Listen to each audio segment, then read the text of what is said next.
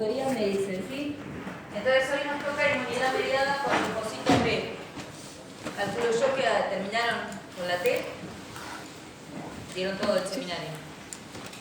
Bueno, entonces hoy vemos inmunidad mediada con linfocitos B. Voy a apagar las luces, ¿no?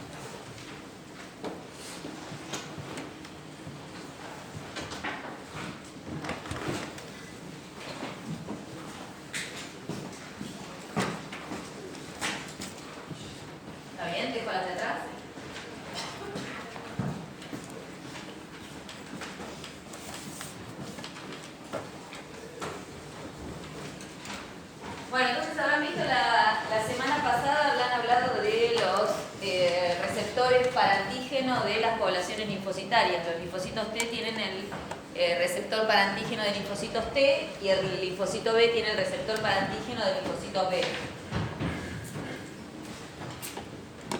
Bueno, espero que sus compañeros se sienten.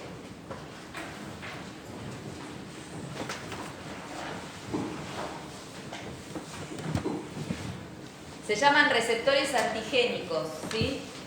Las únicas poblaciones que tienen en nuestro cuerpo receptores antigénicos son los linfocitos B y los linfocitos T, ¿sí? Ambos pertenecen a la superfamilia de las inmunoglobulinas. En el caso de los linfocitos B, se llama BCR, receptor para linfocitos B, y es cuando el linfocito B se activa y secreta anticuerpos, el BCR que tiene antes de que ocurra eso es el mismo anticuerpo que va a secretar pegado a la membrana, ¿sí? Entonces es un anticuerpo anclado a la membrana. Del isotipo, si el linfocito B es naive, el isotipo de ese anticuerpo va a ser IgM o IgD, ¿sí?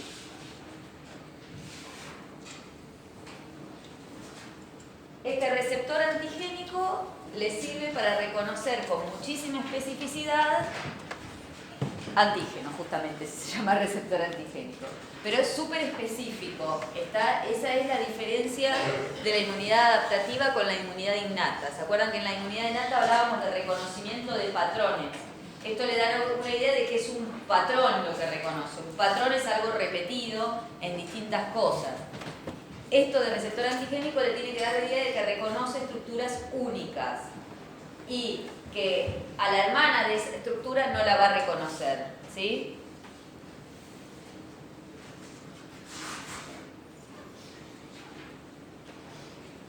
Bueno, entonces una porción de la inmunoglobulina del BCR para tope, bueno, interacciona con la porción del antígeno epitope. El antígeno entonces es la molécula que va a ser reconocida, pero la parte de esa molécula que interacciona con el BCR no es toda, es una porción pequeña de esa molécula. La porción pequeña de esa molécula, la porción pequeña del antígeno que se pega al receptor antigénico se llama, como dice ahí, epitope, y la porción pequeña de todo el receptor antigénico que conecta con el epitope se llama paratope. ¿Está?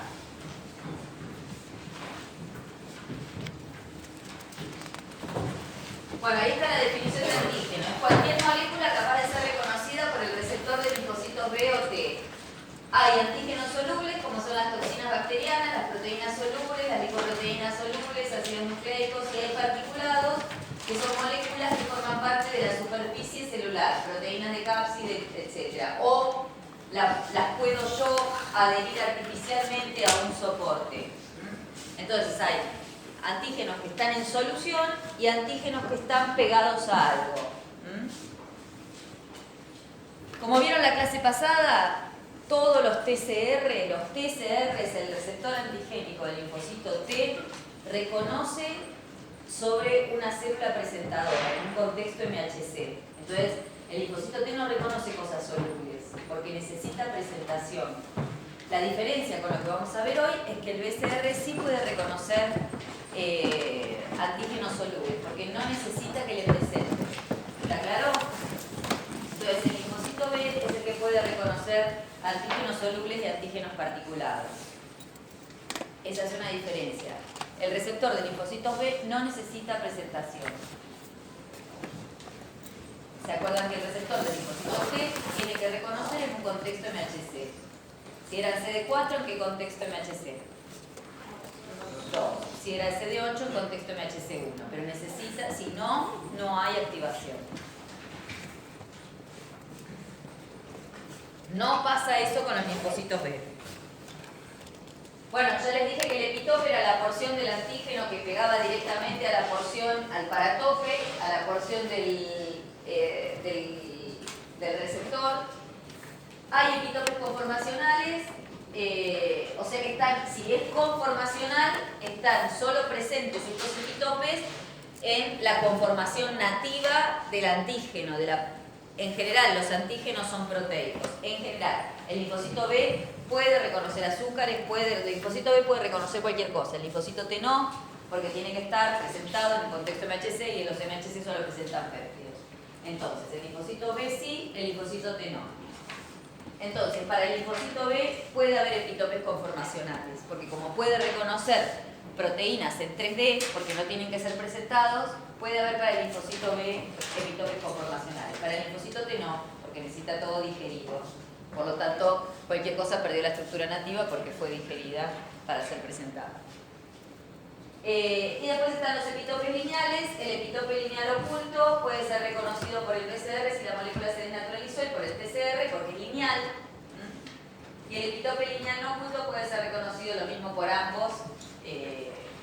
Bueno, para el T siempre se necesita la digestión porque se necesita acomodar en las moléculas MHC.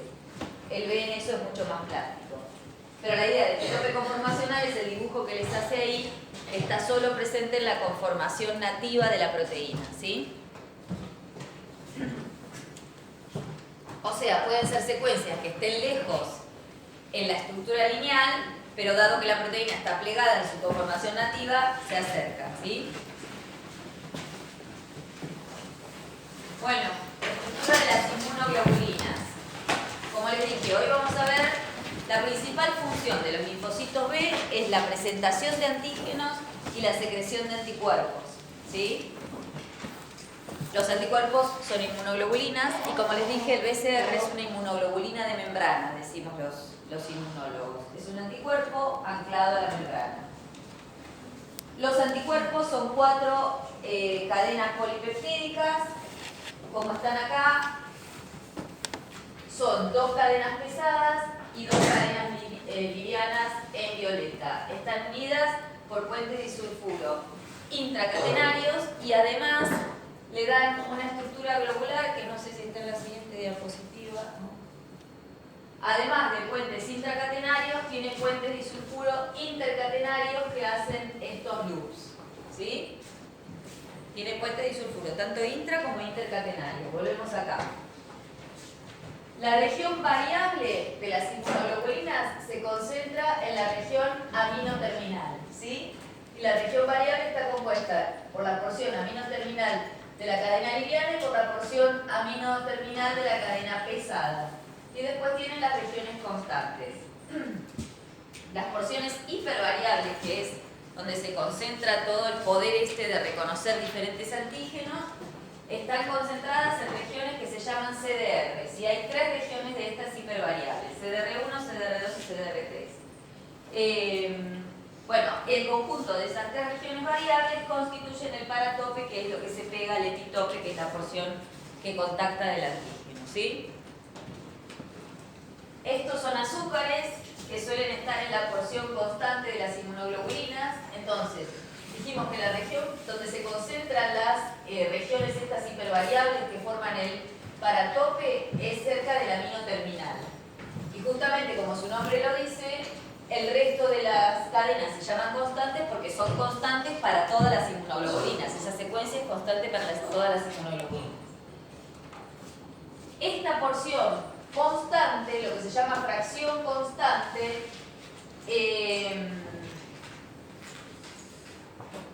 es lo que le da el isotipo al anticuerpo. Si el anticuerpo es IgG, IgM, IgD, IgE o IgA. Entonces, el isotipo está dado por la parte constante.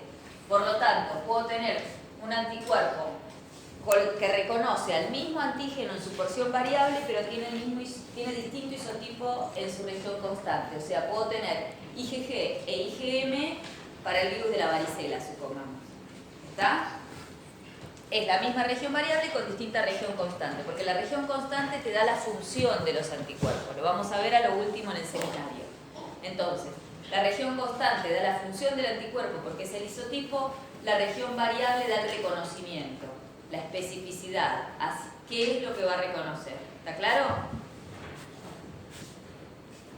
Como todos esos estudios se hicieron con unas enzimas que son papaína y pexina, que cortan la molécula de anticuerpo en dos de distinta manera, los inmunólogos le llamamos a la porción que tiene las regiones hipervariables FAB, no sé si lo habrán visto en el libro, si alguien se le dio por leer el libro, pero se los digo porque lo van a ver y porque lo usamos mucho.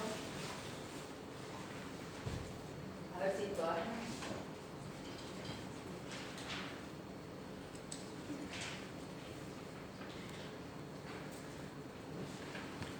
Cuando usamos enzimas y cortamos el anticuerpo, esta porción, en este caso, es FAB2 porque tengo los dos sitios de unión al antígeno, ¿sí?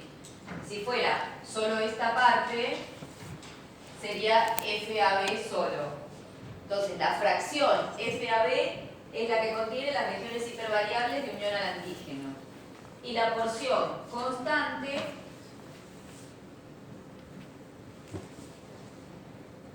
es la fracción C, la fracción cristalizable para los inmunólogos, ¿sí? Entonces, en una molécula, vamos a hacerlo bien.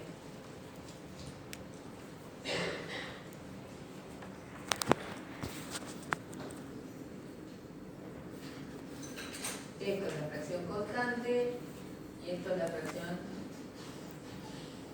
¿Está? O sea, nosotros en el laboratorio podemos cortar a los anticuerpos en dos, con enzimas, ¿sí?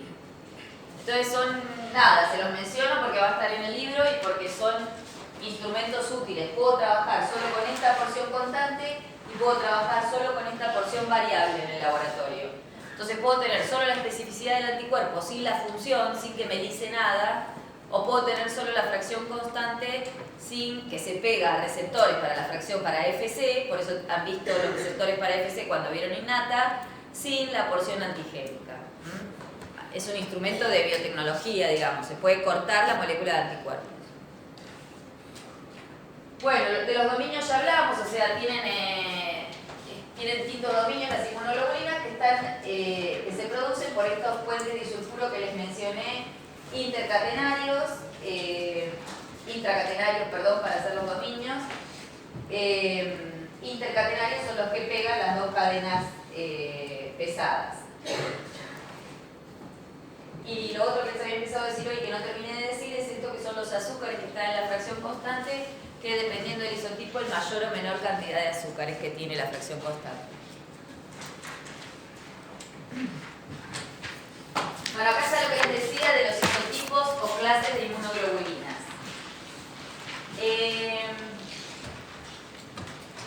Dependiendo de la fracción constante de la inmunoglobulina, son los isotipos que tenemos. Y esos isotipos tienden a formar dímeros, pentámeros, etc. Entonces, por ejemplo, la IgM forma pentámeros, ¿está? Y en general la IgA es dimérica. Dimérica, siempre fíjense cuántos hay por la fracción constante, no por la fracción FAB que siempre es bivalente. Entonces, si forman monómeros o dímeros, cuentan la FC. Entonces, la IgA tiene 2 FC. La IgM forma pentámeros de 5 FCs, ¿sí? La IgG es monomérica, la IgD es monomérica y la IgE es monomérica. Los que están en membrana, aunque sea IgM, siempre está el monómero. El monómero en relación a la porción FC. La porción FAB siempre es bivalente. ¿Está?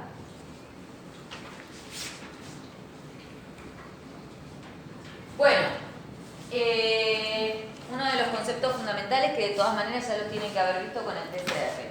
¿Cómo se genera la variabilidad de las inmunoglobulinas? O sea, ¿cómo somos capaces nosotros de tener todos los días linfocitos B con especificidades diferentes para millones de microorganismos? La evolución puso en juego distintos mecanismos para distintas cosas. Cuando vieron el MHC, vieron que viene determinado genéticamente. O sea, ustedes tienen un conjunto de alelos de papá, un conjunto de alelos de mamá, y eso ya les determina las moléculas de MHC que van a expresar toda la vida. Esto no es así. Entonces la evolución como que puso huevos en todas las canastas. Para los MHC tuvo una estrategia que es esa diversidad de alelos, ese poligenismo y ese polimorfismo, y para los receptores antigénicos puso en juego otra estrategia evolutiva, que es a partir de ciertos conjuntos de genes que todos tenemos, todos los días los recombinamos todos distintos, de distinta manera al azar. ¿Está? En MHC no hay recombinación, simplemente tenemos lo que heredamos del padre y de la madre y no podemos expresar otra cosa. En los receptores antigénicos todos tenemos el mismo conjunto de genes, que igual son muchos, pero todos los días los pegamos de distinta manera al azar, y eso garantiza que todos los días, además, una misma persona tenga distintas especificidades. ¿Está claro? Ese proceso se llama de recombinación somática. Y obviamente que ocurre solo en las células que van a expresar el receptor correspondiente. O sea, las únicas células que van a recombinar así los genes para el BCR son los linfocitos B. En todo el resto de nuestras células, los genes para el BCR están en su configuración germinal. ¿Está? Porque ninguna otra célula del cuerpo expresa BCR. En los linfocitos B, que van a expresar BCR, durante la ontogenia empieza este proceso que se llama recombinación somática, que es el proceso mediante el cual yo todos los días libero a circulación distintos linfocitos B con distintas especificidades, por este rearreglo de genes que hago durante el desarrollo de mi linfocito B en la médula ósea, porque la ontogenia de los linfocitos B ocurre en la médula ósea. Entonces, todo lo que vieron en los T que ocurre en el timo, para el linfocito B ocurre en la médula ósea. Entonces, ¿qué pasa? Les dije que tenía una cadena liviana, en realidad tenemos dos, porque son 4 cadenas polipeptídicas, entonces yo les dije que para expresar un PCR tengo que expresar 2 cadenas livianas idénticas y 2 cadenas pesadas idénticas. Lo que ustedes vieron en primer año de un gen, una proteína, o sea, el gen de insulina que tenemos nosotros es para todos igual y se transcribe y expresamos la insulina. Para estos eso no vale, no es un gen, una proteína. Son muchos genes, una proteína. En el caso del BCR. Entonces, los muchos genes se llaman BJ para la cadena liviana y para la cadena pesada. Estoy hablando de la porción variable, porque lo que vamos a hacer todos los días diferente es la porción variable. La porción constante se llama constante porque va a ser constante todos los días y para todas las personas va a ser igual, ¿sí? Entonces estoy hablando de cómo se forma la porción variable, que es lo que varía de una célula a otra. Se forma reorganizando o recombinando las porciones B y las porciones J para la cadena liviana y las porciones B, D y J para la cadena pesada. Acá les está poniendo solo una cajita para B, una cajita para J, para que el gráfico no se desmadre y no sea muy complicado. Pero justamente la gracia del sistema es que hay un montón de genes B, un montón de genes J, un montón de genes BH para la cadena pesada, un montón de genes BH para la cadena pesada, un montón de genes JH para la cadena pesada. Entonces, todos los días al azar, yo elijo distintas combinaciones de BL, BH, DJ, D. Ahí es una parte de la variabilidad, que todos los días al azar en la médula ósea, la célula recombina al azar distintos genes. Pero además, en esa recombinación, en ese rearreglo, se generan mismatches que son arreglados, entonces también eso me cambia, aunque yo o 2 células mías hayan elegido al azar el mismo conjunto de genes o conjunto de estas porciones, BJ y DDJ, yo al pegarlas se pueden pegar distinto e incluso con los mismos puedo generar variabilidad, así que es una fuente más de variabilidad, ¿está claro? Entonces acá en el gráfico lo que les intenta demostrar es que los que se pegan son estas porciones en distintos procesos y entonces yo logro todos los días distintas especificidades es la porción variable. La porción constante, que es la G, la C, siempre va a ser constante. ¿Está claro? Esto ocurre en la médula ósea durante la ontogenia B. Por recombinasa, ¿sí? RAG1 y RAG2, si se acuerdan. Bueno, entonces acá lo que les quiere decir es el ciclo de vida del linfocito B. Les repito, todo eso ocurre en la médula ósea. El linfocito B atraviesa una serie de estados. Empieza, o sea, todos parten de una célula madre. Eso lo habrán visto cuando vieron ya los T. De esos precursores en médula ósea, unos van a migrar al timo, que van a ser los precursores del linfocito B, y unos se van a quedar en la médula ósea, que son los precursores del linfocito B. El primer estadio se llama ProB, que es cuando se empieza a reordenar. Este reordenamiento de las cadenas, de los genes que codifican para las cadenas pesadas y livianas, no ocurre simultáneamente. Primero se reordenan los genes que codifican para la porción variable de la cadena pesada, ¿sí? Como la cadena pesada solo puede estar en superficie pegada a una porción liviana de algo, primero sale a superficie con una cadena liviana sustituta hasta que se reordenan los genes de la cadena liviana. Esto ocurre en el estadio ProB de los linfocitos B en la médula ósea. Después se reordena la cadena liviana,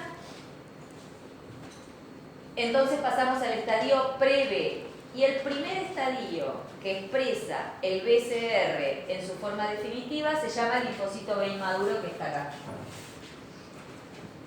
El linfocito B inmaduro es el estadio en médula ósea, el primer estadio en médula ósea que va a expresar el BCR en forma definitiva, porque los anteriores, pre-B y pro-B, lo expresaban con una cadena sustituta o no completamente en su forma definitiva, ¿sí? Por ejemplo, con una liviana sustituta en un primer momento. Entonces, el primer estadio en médula ósea, así como en los T veían los timocitos, doble positivo, simple positivo, en médula ósea, el primer estadio que expresa el BCR en su forma definitiva es el linfocito B inmaduro. Eso no quiere decir que puede salir a circulación, porque tiene que ser seleccionado como son seleccionados los timocitos. O sea, tengo que ver si ese BCR que pude expresar en superficie me va a reconocer antígenos propios. Si reconoce antígenos propios, no va a salir a circulación. ¿Está claro? Entonces hago la misma selección que hacía para los T. Eso es lo que les quiere mostrar acá. Cuando ese estadio del linfocito B inmaduro que expresa el BCR definitivo reconoce antígenos propios en la médula ósea, o se induce la tolerancia o directamente se induce la apoptosis. En realidad les agrego una nota que pueden agregar al gráfico porque lo vamos a ver, creo. En realidad el linfocito B tiene la posibilidad que el T no tiene de hacer edición del BCR. O sea que en la médula ósea, si el BCR que expresé en el estado inmaduro reconoce antígenos propios, el linfocito B inmaduro tiene la capacidad de activar las recombinasas de nuevo y editar ese BCR, o sea, cambiarlo, reordenar la otra cadena liviana o los genes de la otra cadena liviana y tratar de expresar el mismo BCR con una nueva configuración, con una nueva cadena liviana. ¿Sí? Está la posibilidad en los BCR que está en el libro y que no tienen los TCR. No, eso es cuando está en el estadio inmaduro. El estadio inmaduro es el en el que ocurren, en el que todavía está en la médula ósea, en el que ocurren todas estas cuestiones de testeo del BCR y de edición. Y es una IgM. En el estadio inmaduro solo tengo IgM de membrana. Bueno, después les termina con el ciclo de vida, que después lo vamos a ver más tarde, que es que si este supera la selección, o sea, no reconoce nada en la médula ósea, sale a circulación y en los tejidos linfáticos secundarios reconoce antígenos y del reconocimiento de antígenos van a salir las células plasmáticas que secretan anticuerpos o los linfocitos B de memoria en un proceso mucho más largo que espero lleguemos a ver en detalle. Entonces, en el estadio B inmaduro, que es lo que les dije, los linfocitos B expresan IgM como parte del BCR y posteriormente comienzan a coexpresar IgM e IgD como parte del BCR cuando son linfocitos B naive. ¿Okay? Todos los naive coexpresan IgM e IgD, que son los dos isotipos de inmunoglobulinas característicos de los linfocitos B naïf. Naïf quiere decir, como en los linfocitos T, que no vieron nunca antígenos, ¿sí? Bueno, esto es importante y habrán visto que aparece en la tutoría. Los linfocitos B vírgenes o naïf expresan en su superficie IgM e IgD como consecuencia de un splicing alternativo. ¿Esto qué quiere decir? Que el transcripto, el RNA transcripto producto del rearreglo de genes de la IgM y de la IgD es el mismo. Que el linfocito B naïf exprese IgM o IgD depende del splicing del transcripto a mensajero, o sea, son procesos sobre el ARN. Y esto en las tutorías se los marcan 80.000 veces porque el cambio de isotipo que ocurre después en el centro germinal, que es el cambio de isotipo a IgG, a IgA y a IgE, es producto de procesos sobre el DNA. Lo vamos a ver después. Entonces son dos cosas distintas. El proceso que hace que los naïf coexpresen IgM e IgD es splicing del RNA. Y el proceso que me produce el cambio de isotipo en el centro germinal es recombinación del DNA. Es como un concepto básico que a Jorge le encanta que sepan.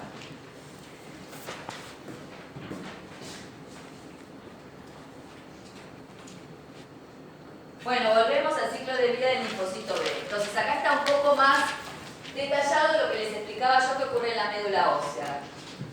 De la célula precursora pasamos al estadio pro-B, que es cuando les dije que empieza a recombinar ¿qué? Los genes de la región variable de la cadena pesada. Termina el estadio pro-B cuando se expresa la cadena pesada con una cadena liviana sustituta en médula ósea.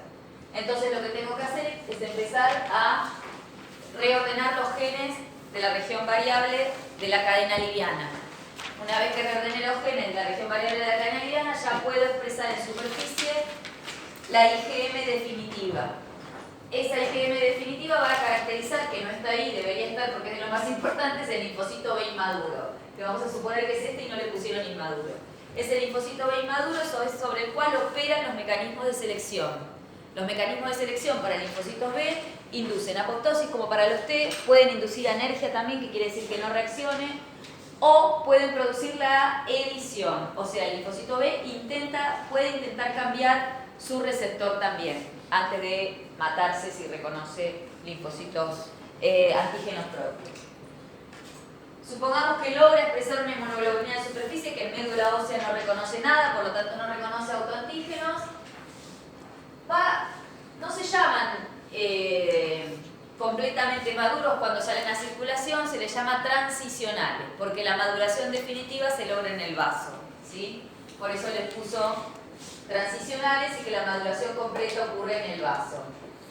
Del vaso van a seguir patrullando el cuerpo y van a pasar por los órganos linfoides secundarios, que son los ganglios linfáticos, amígdalas, apéndice, etc.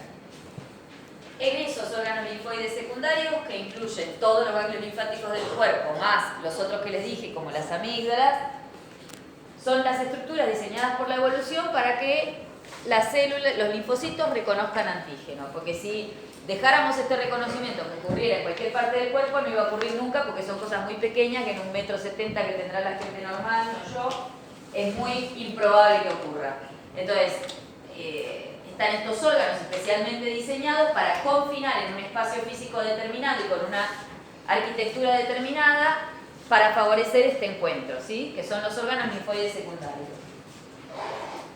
En los órganos linfoides secundarios, en todos, sea vaso, sea ganglio, este es un ganglio, esta es la estructura de un ganglio, pero todos tienen una estructura similar, donde los linfocitos B están en lo que se llaman folículos, en la zona folicular.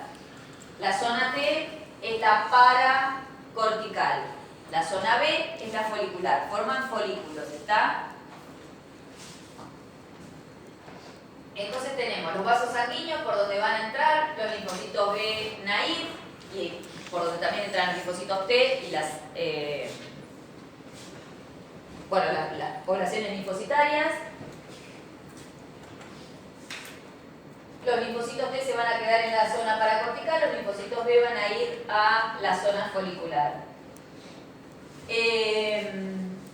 los folículos primarios son los que no están activos, los folículos secundarios son aquellos que tienen un centro germinal, que ahora vamos a ver lo que es. Si hay un centro germinal es que hubo activación de linfocitos B. Se llama centro germinal porque germina, prolifera. Ahora vamos a ver, ¿sí? Entonces es signo de activación B el folículo secundario que tiene un centro germinal. O de una infección activa, si quieren. Por lo menos una respuesta inmune activa. Y después de que ocurren todos los procesos que ocurren en el centro germinal, los linfocitos B van a salir por el vaso linfático, los vasos linfáticos eferentes, ¿sí? Y a través del ducto torácico vuelven a circulación. A ver acá que está detallado. Claro, el linfocito B que encuentra antígeno en el foco primario forma el foco primario de proliferación, lo que les decía, igual ahora lo vamos a ver en detalle. Algunas células proliferantes migran al folículo primario formando un folículo secundario que tiene un centro germinal. A ver si lo vemos más en detalle, les digo ya. Me parece que no hay una diapositiva. Acá hay algo que dice: el plasmoblasto migra a los cordones medulares y se diferencia a plasmocito o deja el ganglio linfático, el plasma. Bueno, no está muy detallado, pero cuando... se lo voy a detallar yo.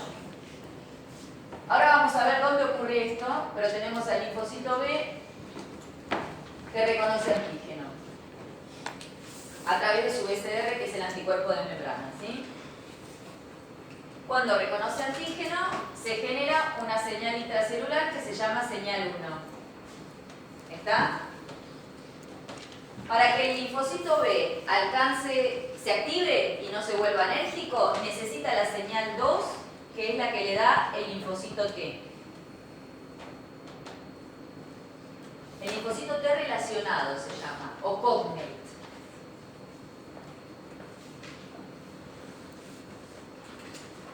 ¿Qué pasa? Cuando el linfocito B reconoce antígeno, lo endocita. Endocitosis del antígeno. Lo endocita, lo procesa y lo expresa en MHC2 porque es una presentadora profesional. Expresa el péptido correspondiente a ese antígeno en MHC2 y llama a la T follicular helper cognate correlacionada, que es la que reconoce otra porción del mismo antígeno. ¿Está? Por eso están relacionados. Los dos reconocen, supongamos, la cápside viral de virus de varicela. Pero la porción que reconoce el B va a ser distinta que la que reconoce el T. Pero el B va a procesar y le va a presentar al T correspondiente. Puede tener varios, porque como reconoce distinta, como lo va a procesar y hace distintos péptidos, puede tener varios linfocitos T cognate de las distintas porciones del antígeno. El linfocito B solo se va a activar si recibe la señal 1 del antígeno y la señal 2 del T cognate. ¿Está? Entonces, para la activación completa del linfocito B, necesito las dos señales, la 1 y la 2. La 2 es la coestimulación vía CD40 ligando del linfocito T. ¿Está? Una vez que ocurrieron estas dos señales, el linfocito B empieza a proliferar. Solo si recibió señal 1 y señal 2 empieza a proliferar. De esos que empiezan a proliferar, una parte migra al folículo primario, como dice ahí, y otra parte va a formar plasmocitos de vida media corta, que es lo que ahí no está muy detallado. Esos de vida media corta no sufren, o sea, no forman centro germinal. Volvemos otra vez, producto de esta interacción señal 1 y señal 2, unos van a migrar al folículo y van a ser el centro germinal, y del centro germinal va a ocurrir la hipermutación somática y el cambio de isotipo, que es lo último en evolución en superanticuerpos. Pero como eso tarda una semana, toda esa formación de ese centro germinal, y yo quiero hacer anticuerpos rápido, hay una parte de estos que empezaron a proliferar que van a formar plasmoblastos de vida o plasmocitos de vida media corta y se van a ir por los cordones medulares y van a ser IgM de baja afinidad, porque no pasaron por centro germinal, ¿sí? Entonces, siempre que hay una interacción TB, hay formación de centro germinal y que me va a dar plasmocitos de vida media larga, porque se van a ir a la médula ósea, Y también voy a tener plasmocitos de vida media corta a los 3 días en los cordones medulares de los ganglios linfáticos. ¿Está? Que es acá un poco lo que está confuso. Entonces los hay de vida media corta y de vida media larga. Los de vida media corta son los que se van a los 3 días por los cordones medulares y que son hijos de esta interacción y que no pasaron por centro germinal. Y los de vida media larga son hijos del folículo secundario, de los que migraron al folículo y formaron centro germinal y ocurrió todo lo que tenía que ocurrir en el centro germinal, que lo vamos a ver ahora. ¿Está? Por eso, cuando vamos a ver la respuesta inmune de anticuerpos, hay primero una oleada de IgM de baja afinidad y después una oleada de IgG, que es la de centro germinal. Sí. La duda de cómo hace el TEP para tener para presentar un péptido. No, el TEP no presenta, reconoce péptido. Usted no presenta. Presenta el B. De hecho, para el PCR del TEP para coincidir, digamos, con lo que es la presentación del péptido SNH de la que está formando. Ocurren, no hablan, pero lo que ocurre es que cuando un linfocito T, lo vieron la clase pasada, va a ser T folicular helper, va a empezar a expresar esta CXR5, o sea, es un receptor para la CXCL12, 13, perdón. Se tienen que empezar a acordar estos pares, ¿se acuerdan? La CXL13 es lo que secretan las células foliculares dendríticas, que son las que arman el folículo. Entonces, todos los que tienen destino de ser folicular helper van a migrar al folículo, sin importar la TCR que tengan, solo por la expresión de este receptor. Cuando migran al folículo se encuentran con los B que están en el folículo y eso por una interacción química que el que tiene afinidad, o sea, no es que hablan y dicen tenés el mío, es afinidad química. Obviamente que el que tiene afinidad por el péptido que está presentando el B es el que va a interactuar. Es un juego de afinidades y porque están en el mismo lugar. Por eso les digo que también es importante que ustedes tengan presente que esto ocurre en los ganglios. Nosotros no podríamos dejar esto al azar a que ocurra en la sangre. En la sangre estas cosas no ocurren, ¿tá? Los ganglios linfáticos son las estructuras con una arquitectura para que esto ocurra. Como dice él, si fuera que yo estoy en un espacio, nunca por afinidad voy a encontrarme con el que me corresponde. Me encuentro con el que me corresponde si estoy pegado en un lugar así y tengo afinidad para pegarme. Y eso es lo que ocurre en los ganglios linfáticos y lo que ocurre con este juego, por eso insistimos, no es para hacerle la vida imposible con los pares de ligandos y quemoquinas, porque también eso que no es específico hace que migren el uno hacia otro para favorecer más ese encuentro si es que se tiene que dar. ¿Está? Entonces es eso, es que se acercan al mismo lugar. Los T folicular helper, cuando ustedes vieron la clase pasada, debe parecer un año. Cuando vieron la clase pasada todos los perfiles T, no solo tienen que acordarse las citoquinas que secretan, sino estos CXR, por eso les molestamos tanto con eso, porque es lo que los hace migrar hacia los lados que tienen que estar. Los que van a ser folicular helper van a migrar al borde del folículo. Y son los que se tienen que encontrar por afinidad con el B que le corresponde, ¿sí? Bueno.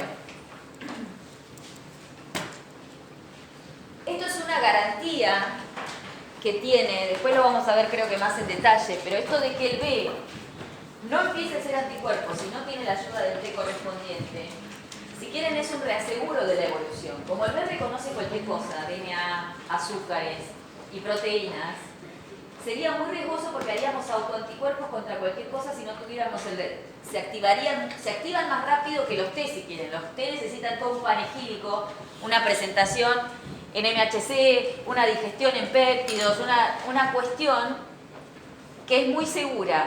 Entonces, nosotros hacemos anticuerpo después de una interacción entre dos poblaciones súper seleccionadas. Una que fue súper seleccionada en la médula ósea para no reconocer cosas propias y esa además, como tiene una mayor plasticidad en lo que reconoce, solamente va a ser anticuerpo si le da la ayuda otra población que fue todavía más seleccionada. Hay que tener mucha mala suerte para hacer autoanticuerpos como en el lupus, porque fallaron todos los mecanismos de selección de dos poblaciones celulares. ¿Me siguen? Entonces es como un reaseguro que tiene la evolución, ¿está? Bueno, acá les da un ejemplo del reconocimiento de un virus, por ejemplo. El linfocito B reconoce a través de la IG de superficie, que es el BCR, o IG de superficie. Como les dije, en la señal 1, cuando el BCR reconoce antígeno, endocita inmediatamente el antígeno. Entonces endocita todo el virus, ¿sí? Todo el antígeno, no el epitope. Entonces digiere todo el antígeno. Ese antígeno, como les dije, le va a dar muchos péptidos, con lo cual a tu pregunta va a llamar a un montón de linfocitos T, no a uno solo, ¿sí? El virus es interiorizado a sus proteínas procesadas por vía exógena. Bueno, acá estaba la explicación que les hice en el pizarrón. Entonces, presenta los péptidos virales, los distintos péptidos virales a los distintos. Ahí pone como a un T follicular helper, pero en realidad puede llamar a varios. Todos tienen que ser CD4, obviamente, por eso son T follicular helper. Entonces, yo frente a una infección viral hago muchos anticuerpos. Nosotros generamos, hay algunos más efectivos y otros menos efectivos, pero generamos muchos anticuerpos en el curso de una infección. Cuestión que esta es la señal 2 de la que les hablaba. La principal es CD40 ligando del linfocito T, CD40 del linfocito B, pero también está la ICOS y también está lo que le llamamos hoy en día señal 3 de citoquinas. En realidad, para que el linfocito B alcance su activación completa necesita las 3 señales. Yo vi la de las citoquinas, pero ya saben ustedes que los T follicular helper secretan IL-21 porque vieron todos los perfiles la semana pasada. Entonces, para la activación completa necesito, ahí le puso segunda señal de activación, que era la que yo les hablaba, pero hoy en día se considera que las citoquinas son una tercera señal. Si no hay citoquinas, tampoco se da. Lo que pasa es que no hay citoquinas en modelos que estudiamos los inmunólogos, que le sacamos el gen a un ratón de citoquinas. En realidad, si se da la interacción, la secreción de si fue el T follicular helper está secretando esas citoquinas, ¿está? Pero se necesitan las 3 señales, digamos. Entonces, lo que ocurre es que este linfocito B activado va a hacer anticuerpos contra todas las porciones antigénicas, ¿está? Del virus. Imagínense que se comió el virus con DNA, con proteínas de la cápside, con todo. El linfocito BS es capaz de, por colaborar con distintos T follicular helper, de hacer anticuerpos contra todas las porciones de eso. Va a haber algunos anticuerpos más útiles que otros. En general, los más útiles son los que son contra la cápside, porque después en una segunda infección neutralizan la cápside antes de que toque el receptor. No son tan útiles los que son contra el DNA del virus, porque esos no me sirven hasta que ya infectó. ¿Está claro? Pero yo hago anticuerpos contra muchas cosas. Estoy siempre hablando de lo que hago en una infección. Esto es lo que se simula en una vacunación antes de que me infecte con un organismo relacionado, ¿está? Los linfocitos T específicos, bueno, claro, entonces, ¿qué pasó? A todo esto un poco la pregunta que me hacía él, ¿cómo?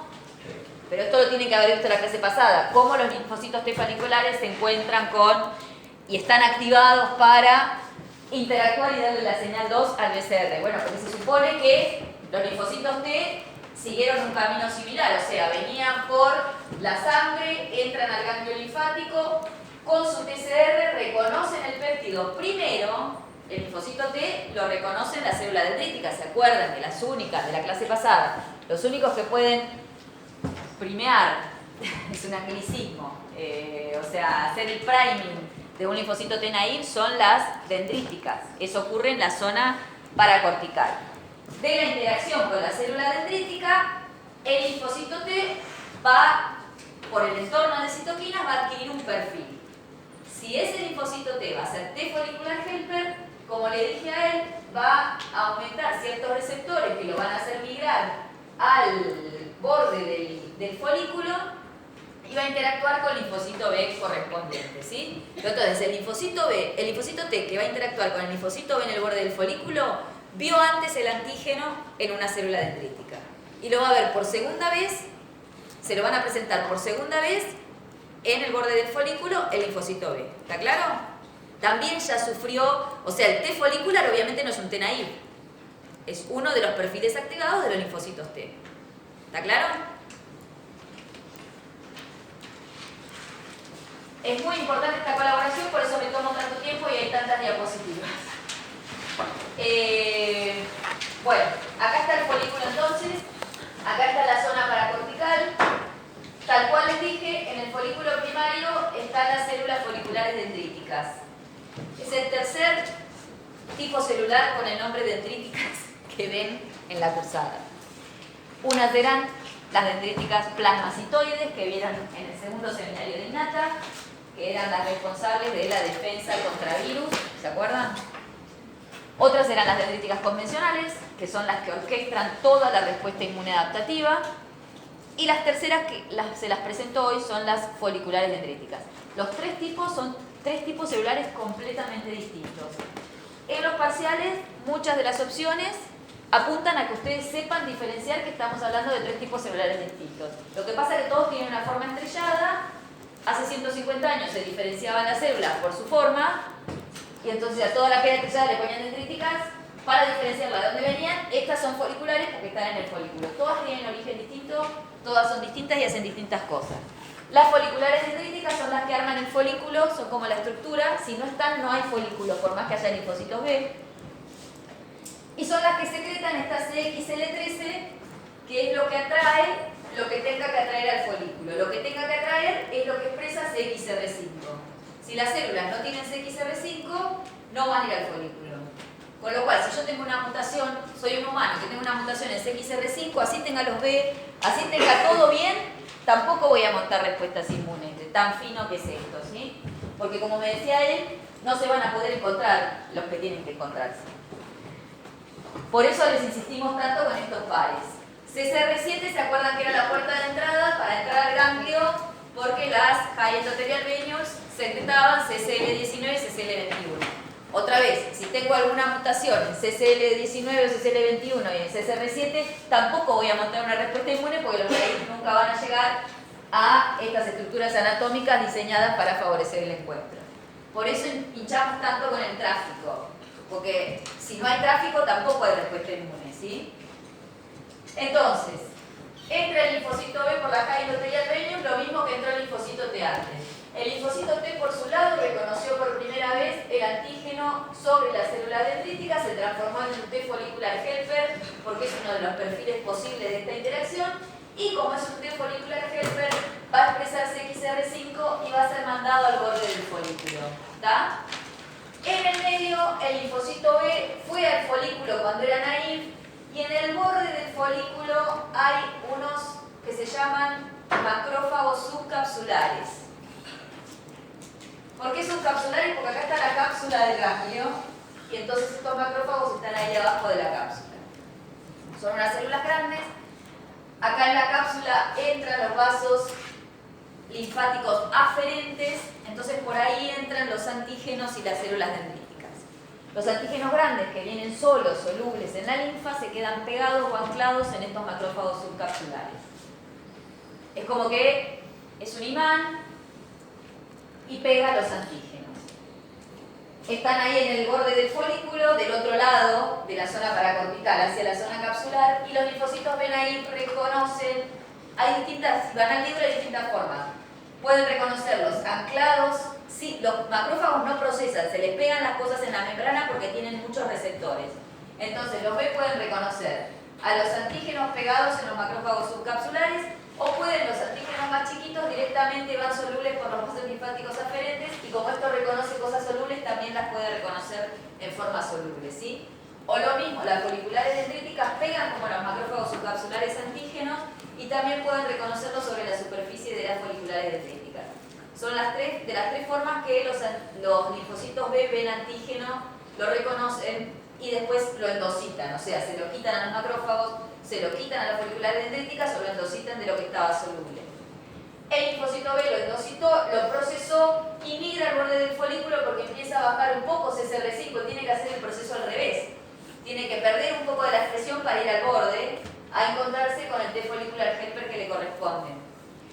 Como en este camino procesó los antígenos que se comió, se los presenta el T folicular helper, producto de esta interacción, lo que les dije, una parte se va a transformar directamente en célula plasmática y va a secretar anticuerpos IgM de baja afinidad, y otra parte va a volver al folículo, va a empezar a proliferar a lo loco, como no hay otra célula que prolifere en el cuerpo, a menos que tengas un cáncer, y va a formar el centro germinal que ahora vamos a ver. El centro germinal es la estructura que se necesita sí o sí para tener memoria y para tener anticuerpos. todo esto ocurre frente a una infección o frente a antígenos de vacunación. Centro germinal. Así es un centro germinal. Esto, si ustedes agarran, yo trabajo en amígdalas. Hoy les había traído fotos, pero no vamos a tener tiempo. Si tenemos tiempo en la clase que viene, que también doy yo, les muestro las fotos que sacamos nosotros de las amígdalas. Esto se ve con el microscopio óptico que tenían hace 50 años a simple vista. O sea, uno corta un vaso, corta una amígdala y se ven los folículos inmensos teñidos con hematoxilina eosina, por ahí lo vieron en histología, y se ve una zona clara y una zona oscura. O sea, una zona más violeta con hematoxilina eosina y una zona con partes más blancas, y son todos círculos así. O sea, uno corta un vaso y ve todos círculos con una zona clara y una zona oscura. La zona oscura es la zona de mayor proliferación, donde están proliferando los linfocitos B, estos que recibieron las dos señales, a lo loco.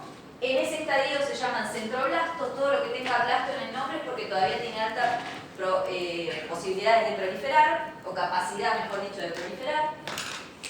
Y tiene la zona clara, donde si migran a la zona clara reciben el nombre de centrocito. Todo lo que sea cito ha perdido capacidad de proliferar. O sea que esto vale para plasmoblasto y plasmocito. Plasmoblasto es cuando la célula plasmática todavía puede proliferar un poco, o sea, un estadio de diferenciación anterior. Plasmocito es cuando ya está en médula ósea o célula plasmática, cuando ya no puede proliferar más. ¿Qué ocurre en el centro germinal? A ver si hay una más. No. Bueno, ¿qué ocurre en el centro germinal? Esto empieza a proliferar, a proliferar, a proliferar, como tiene que proliferar. Cuando prolifera, tiene los genes, como vienen de un linfocito B naive que se activó, estas células tienen los genes de inmunoglobulina arreglados, ¿no? O sea, no lo tienen en su configuración germinal. Empiezan a expresar el PCR, pero lo que ocurre es que ahí hay una enzima A y D que cambia citidinas a uracilos, y esto hace mutaciones puntuales en el DNA. Eso se llama hipermutación somática. O sea, normalmente cuando nuestras células proliferan, nuestras células epiteliales o lo que sea, justamente quieren lo contrario, que no haya ni una mutación. O sea que este es un proceso que diseñó la evolución a propósito, muy riesgoso. Estas mutaciones lo que dan como resultado es que vamos a tener anticuerpos de mayor afinidad. ¿Cómo se logra que estas mutaciones al azar me den anticuerpos de mayor afinidad y no cualquier cosa? Por todo los eventos de selección que ocurren en el centro germinal. Estos centroblastos entonces van a expresar inmunoglobulinas mutadas. También puede ocurrir que de producto de esas mutaciones no se exprese nada, porque si el linfocito B no logra expresar un PCR en superficie, se muere. Entonces, acá hay mucha muerte también, porque de esas mutaciones puedo lograr no expresar nada. Pero si yo logro expresar una inmunoglobulina que está mutada, no se muta toda la región constante, no. Las mutaciones se concentran en la región variable. Si yo soy centroblasto y logro expresar una inmunoglobulina mutada, voy a migrar a la zona clara. En la zona clara están estas células foliculares dendríticas que, como les dije, también pueden retener antígeno del que entró. Entonces, yo tengo una nueva inmunoglobulina, no tan nueva, está mutada. Si yo logro captar por segunda vez antígeno, o sea, reconocerlo y endocitarlo, voy a captar ayuda T porque voy a procesar y expresar. Entonces voy a tener otra vez las dos señales y eso me va a garantizar la vida. Mis compañeros que van a estar mutando en el centroblasto y todos vamos a migrar, si tienen una inmunoglobulina peor producto de la mutación, no van a lograr ganarme la competencia, no van a lograr endocitar ningún antígeno, no van a tener la ayuda T, por lo tanto se van a morir. Es lo mismo de siempre, es una competencia por la señal 1 y por la señal 2. Si yo la mejor inmunoglobulina que haga, voy a ganar esa competencia. Voy a ganar la ayuda T y voy a ganar la señal y voy a endocitar el antígeno. Las dos cosas que me garantizan la sobrevida. ¿Está? Eso hace que mejoremos la afinidad después de un centro germinal, ese proceso. ¿Puedes volver a explicar desde la migración a la célula dendrítica? La migración no ocurre, o sea, no expliqué mucho, simplemente expliqué que soy un centroblasto, tengo una nueva inmunoglobulina, no es nueva completamente.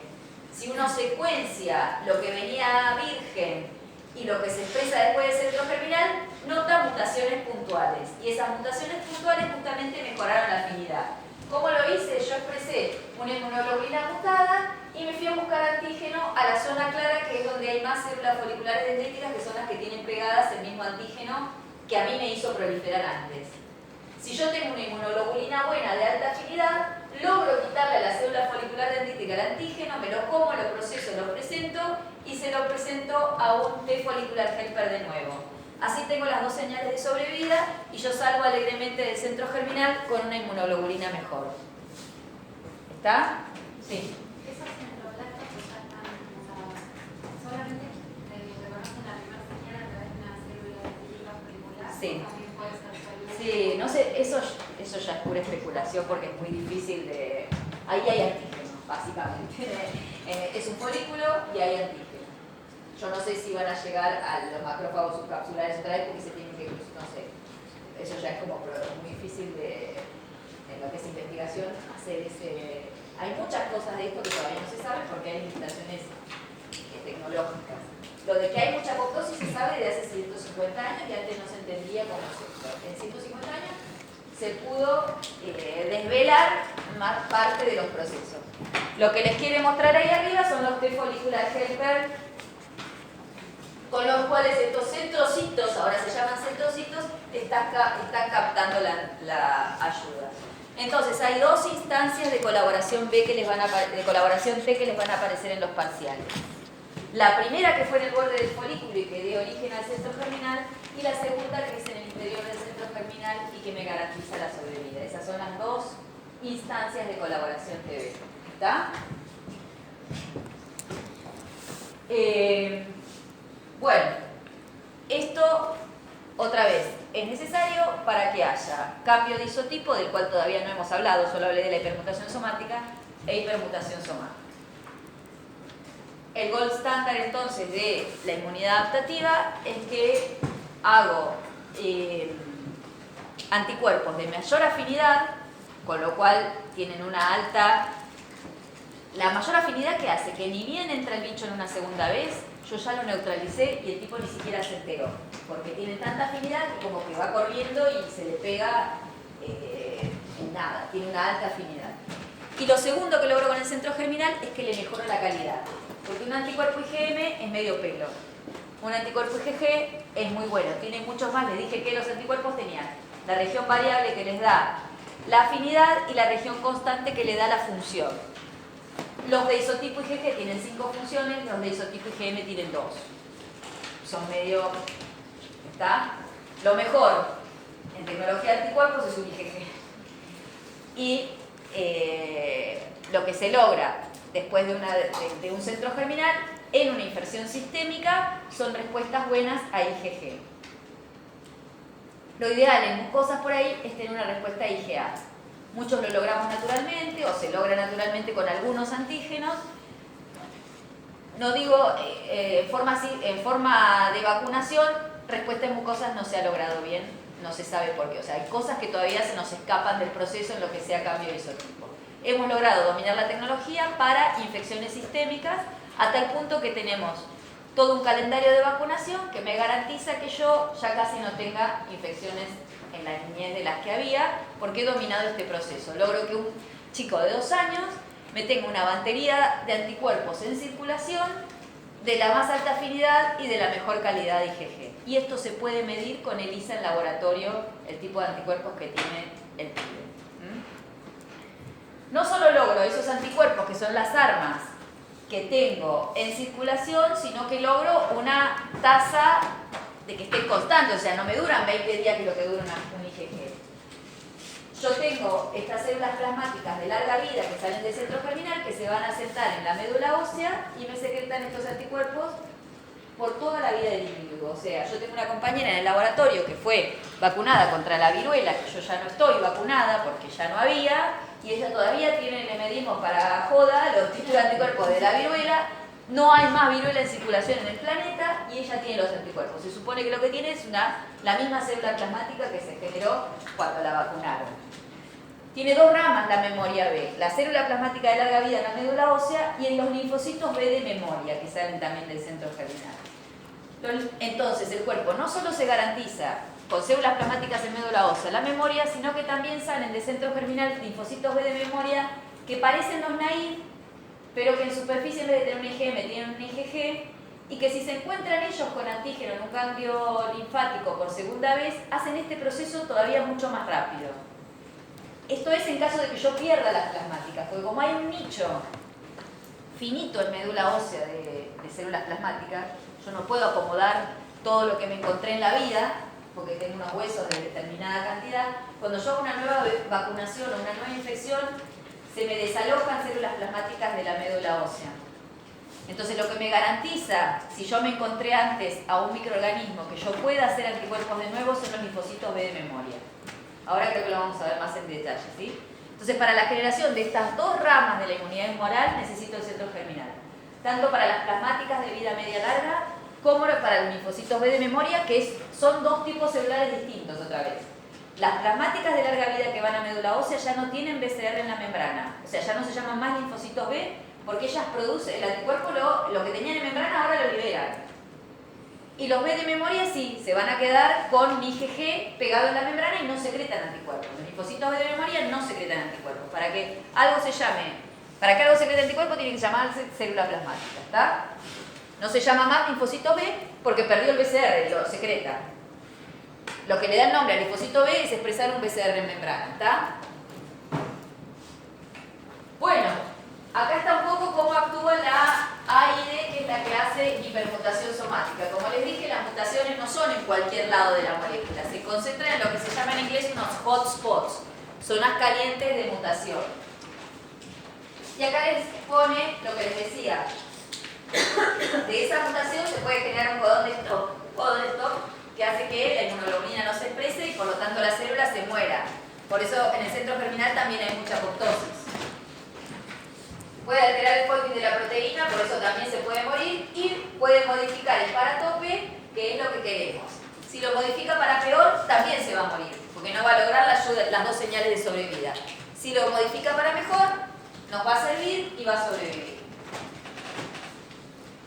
Bueno, nada, detalles. La AID opera sobre el ADN, como dice ahí. Tampoco, no les pregunta mucho de las cosas moleculares.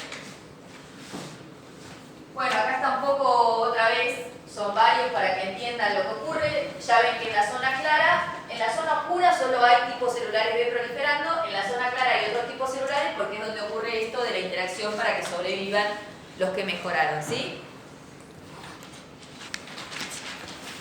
Bueno, otra vez, acá les da como en mayor detalle lo que les estuve explicando. El linfocito B que logra mejorar su BCR de forma tal de poder sacarle el antígeno a la folicular dendrítica, acá les pone cómo la folicular dendrítica tiene antígenos pegados, porque la folicular dendrítica tiene un montón de receptores que hace que se unan las cosas.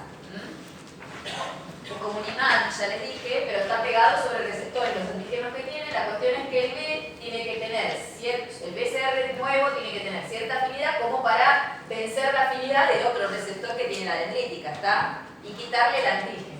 Si le quita el antígeno, lo endocita y logra la ayuda T que le garantiza las señales de sobrevida. Y después ocurre el cambio de isotipo.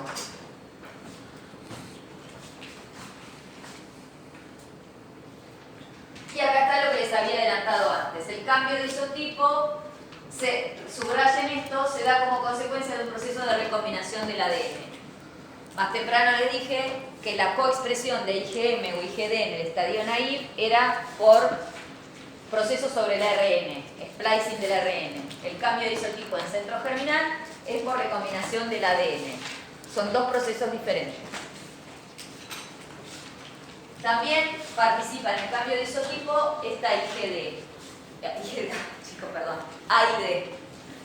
Es la misma de la hipermutación somática, como produce mutaciones en una región S. Ya les digo, los procesos moleculares no los voy a detallar y en general lo único que le interesa es que participa la AID, que genera mutaciones, y al arreglar esas mutaciones yo recombino de tal forma que expreso los distintos isotipos. Eso está influenciado por citoquinas, porque dependiendo de contra lo que yo me quiera defender, el isotipo, porque después vamos a ver las funciones de los distintos isotipos, el isotipo que quiero generar, ¿sí?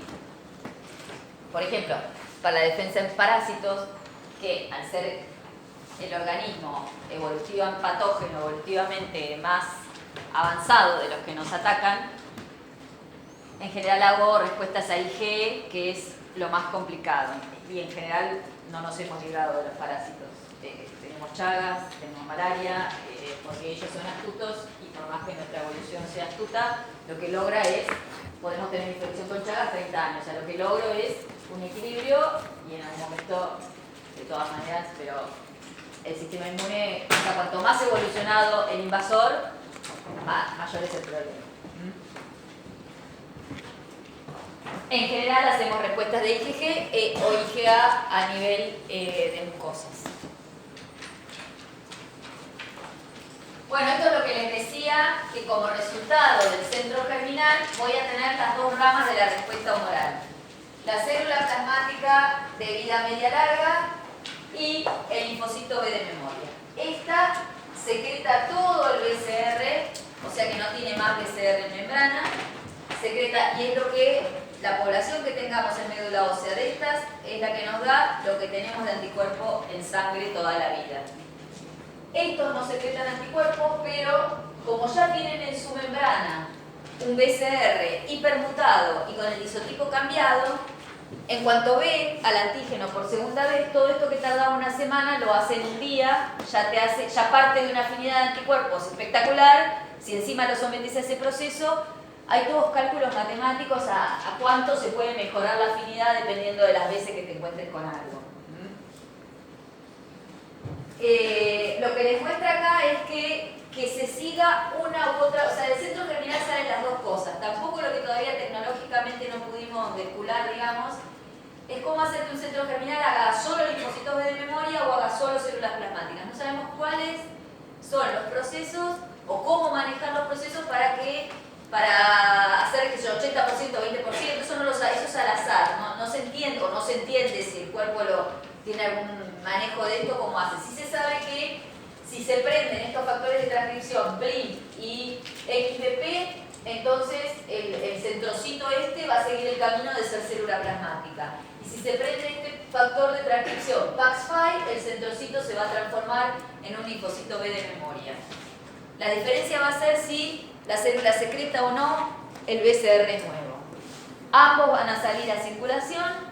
Lo otro que los diferencia es lo que van a expresar de CXCR, o sea, la célula plasmática de larga vida, como tiene que ir a la médula ósea, va a expresar CXCR4 y por eso va a ir a la médula ósea donde están las células estromales que expresan CXCL12. Los linfocitos B de memoria van a patrullar el cuerpo por un largo tiempo y van a ser como naif en sangre, tienen la misma forma, pero son de memoria. En humanos en sangre nosotros tenemos casi el 50% de memoria B y el otro 50% de los B son naif que hacemos todos los días. Más edad, más memoria tenemos, menos naif hacemos. La médula ósea va perdiendo la capacidad de largar células a circulación naif. Y hay cosas que involucionan como las amígdalas y eso, con lo cual por eso los viejos ya tienen un sistema gastado. Bueno. Como les dije, todo lo que sea plasmoblasto mantiene cierta capacidad de proliferación, todo lo que sea plasmocito ya no. En el camino, las células hacia médula ósea pueden proliferar un poco, pero va a ir a médula ósea, y esto es lo que yo les decía del desplazamiento. ¿Por qué las vacunas que nos duran toda la vida, nos vacunamos una vez y no nos vacunamos porque sí, o les dicen si ya estás vacunado no te vuelvas a vacunar, o te miden el título de anticuerpos? Porque en cada vacunación o nueva infección perdemos también de lo viejo. Porque hay, como les dije, un número finito de nichos en médula ósea. Entonces eso es lo que les quiere poner ahí, que se desplazan estas células plasmáticas. Estas son las células estromales de la médula ósea, que las abrazan porque es como que necesitan todos los nutrientes de las células estromales para, ya les dije, esto es otra cosa que no se entiende bien. Lo que yo les decía de Graciela, que tiene estos anticuerpos contra vaccinia, la verdad que no hay forma de saber si es la misma célula plasmática que ella hizo hace 50 años, la que está ahí, o de alguna manera tiene una proliferación mínima, que no se entiende qué, porque las células en general, salvo que sean, como les dije, lo que ocurre en centro germinal, que está confinado a un lugar, que se da esta proliferación descontrolada, todas las demás células de nuestro cuerpo, justamente lo que te diferencia de un cáncer es que la proliferación está súper controlada. Entonces todo lo que está en médula ósea, a menos que tengamos un mieloma o una cosa así, no prolifera. Las células madre, la característica es que proliferan a una tasa muy baja, por eso envejecemos, y entonces lo que sí se trata de entender es frente a cómo mantienen esa tasa, cómo no se desborda, qué es lo que... Entonces no se sabía o no se sabe todavía, la verdad, si esas células plasmáticas proliferan de alguna manera frente a algunos estímulos, o es la misma célula que a nosotros nos cuesta racionalizar con una célula viva a 60 años. Las neuronas lo pueden hacer, entonces quizás pueda ser ese el caso. Pero son las cosas que todavía no se saben. Son como experimentos que están... Antes se suponía que como hay cierto nivel de antígeno en circulación de la mayoría de las cosas para las que estamos vacunados nosotros, eso le da cierta estimulación basal, porque vos por ahí te encontrás con varicela que nunca te enterás, y eso mantiene el sistema andando. Pero para cosas que ya no se vacunan más, como vaccinia, es lo que les dije, se supone que no está más en circulación del planeta, se supone que se erradicó.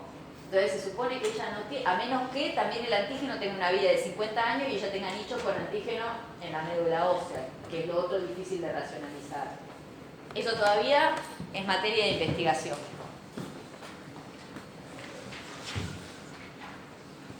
Etapas en la inducción de la respuesta B, entonces, bueno, ya las vimos. Colaboración con el tricolito, la proliferación y la secreción de anticuerpos.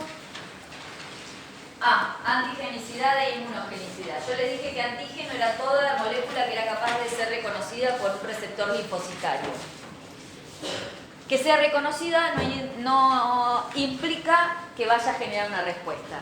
Una cosa es la antigenicidad y otra cosa es la inmunogenicidad. Inmunogenicidad es que ese antígeno produzca una respuesta inmune. O sea, dispare la respuesta del antígeno, del receptor de antígeno, del receptor linfocitario, ¿sí? Una cosa es que sea reconocido, otra cosa es que lo active.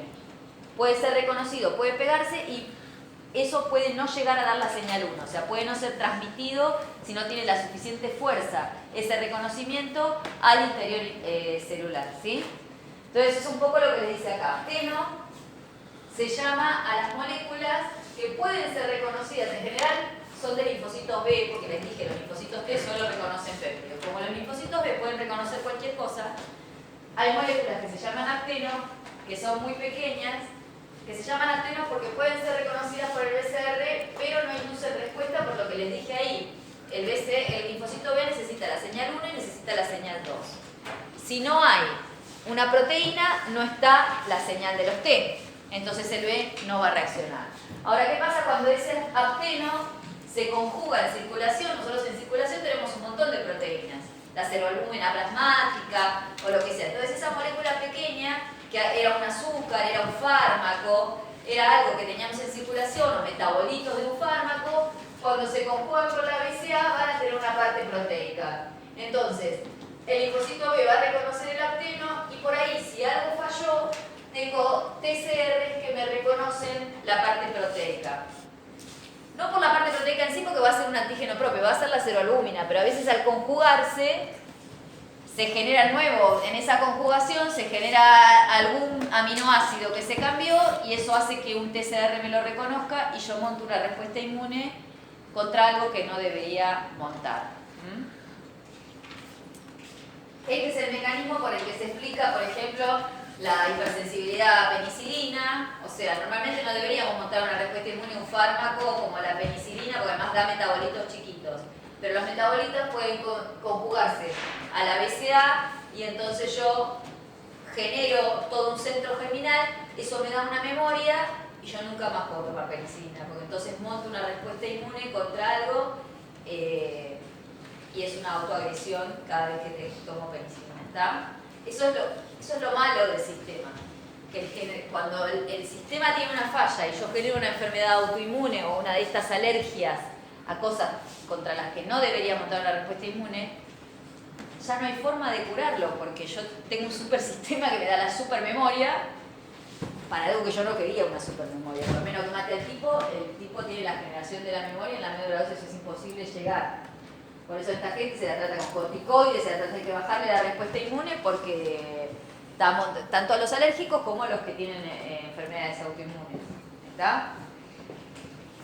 Es bueno para lo bueno y para lo malo. Esa especificidad, esa respuesta, si está dirigido contra algo que no debería estar dirigido, es un arma súper letal, muy difícil de controlar. Diferencias entre apteno y neoantígeno.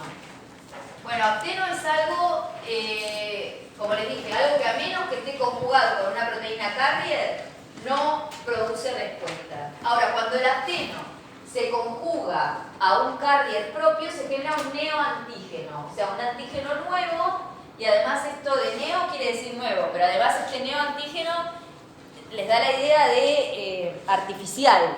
No es un antígeno patógeno bacteriano, se formó un antígeno artificial que me hace montar toda una respuesta inmune contra algo que yo no quería. Lo que suele ocurrir, ya les digo, ¿por qué se pone la penicilina? O sea, en general ocurre, por eso también se le insiste a la gente, no solo por las resistencias, toda toma, ingestión de un fármaco por largos periodos de tiempo hace que yo mantenga unos metabolitos en sangre por periodos muy largos y ahí se desencadena el riesgo. Porque lo que está en muy altas concentraciones en circulación por mucho tiempo y evidentemente por una cuestión química se va a acoplar a algo que esté en circulación y evidentemente en algún momento va a pasar por un ganglio y entonces en el ganglio puede pasar esto, ¿está? Entonces, lo que ocurre es que, por ejemplo, un eritrocito, que es lo que más tenemos en sangre, el 70% de las células que hay son glóbulos rojos, peguen a penicilina porque alcanzó muchos niveles. En general los cursos de penicilina son largos. El linfocito B reconoce, se genera el neoantígeno, entonces el linfocito B reconoce a la penicilina porque es algo extraño, por eso pasó la selección, digamos, no es un linfocito B raro. La penicilina no está en la médula ósea, es realmente algo raro. Lo que pasa es que se forma un antígeno, endosita todo, endosita el glóbulo rojo, la parte del glóbulo rojo con la penicilina, logro la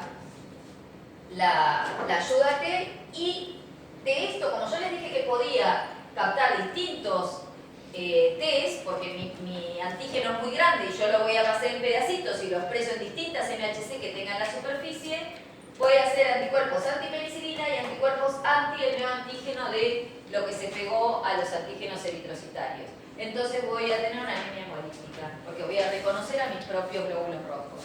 Es la forma más grave, digamos. ¿Me siguen todos o no? Bueno, no sé en qué hora estamos, chicos. Este cosa es larguísimo, no hay un La producción de anticuerpos puede ser regulada a través de receptores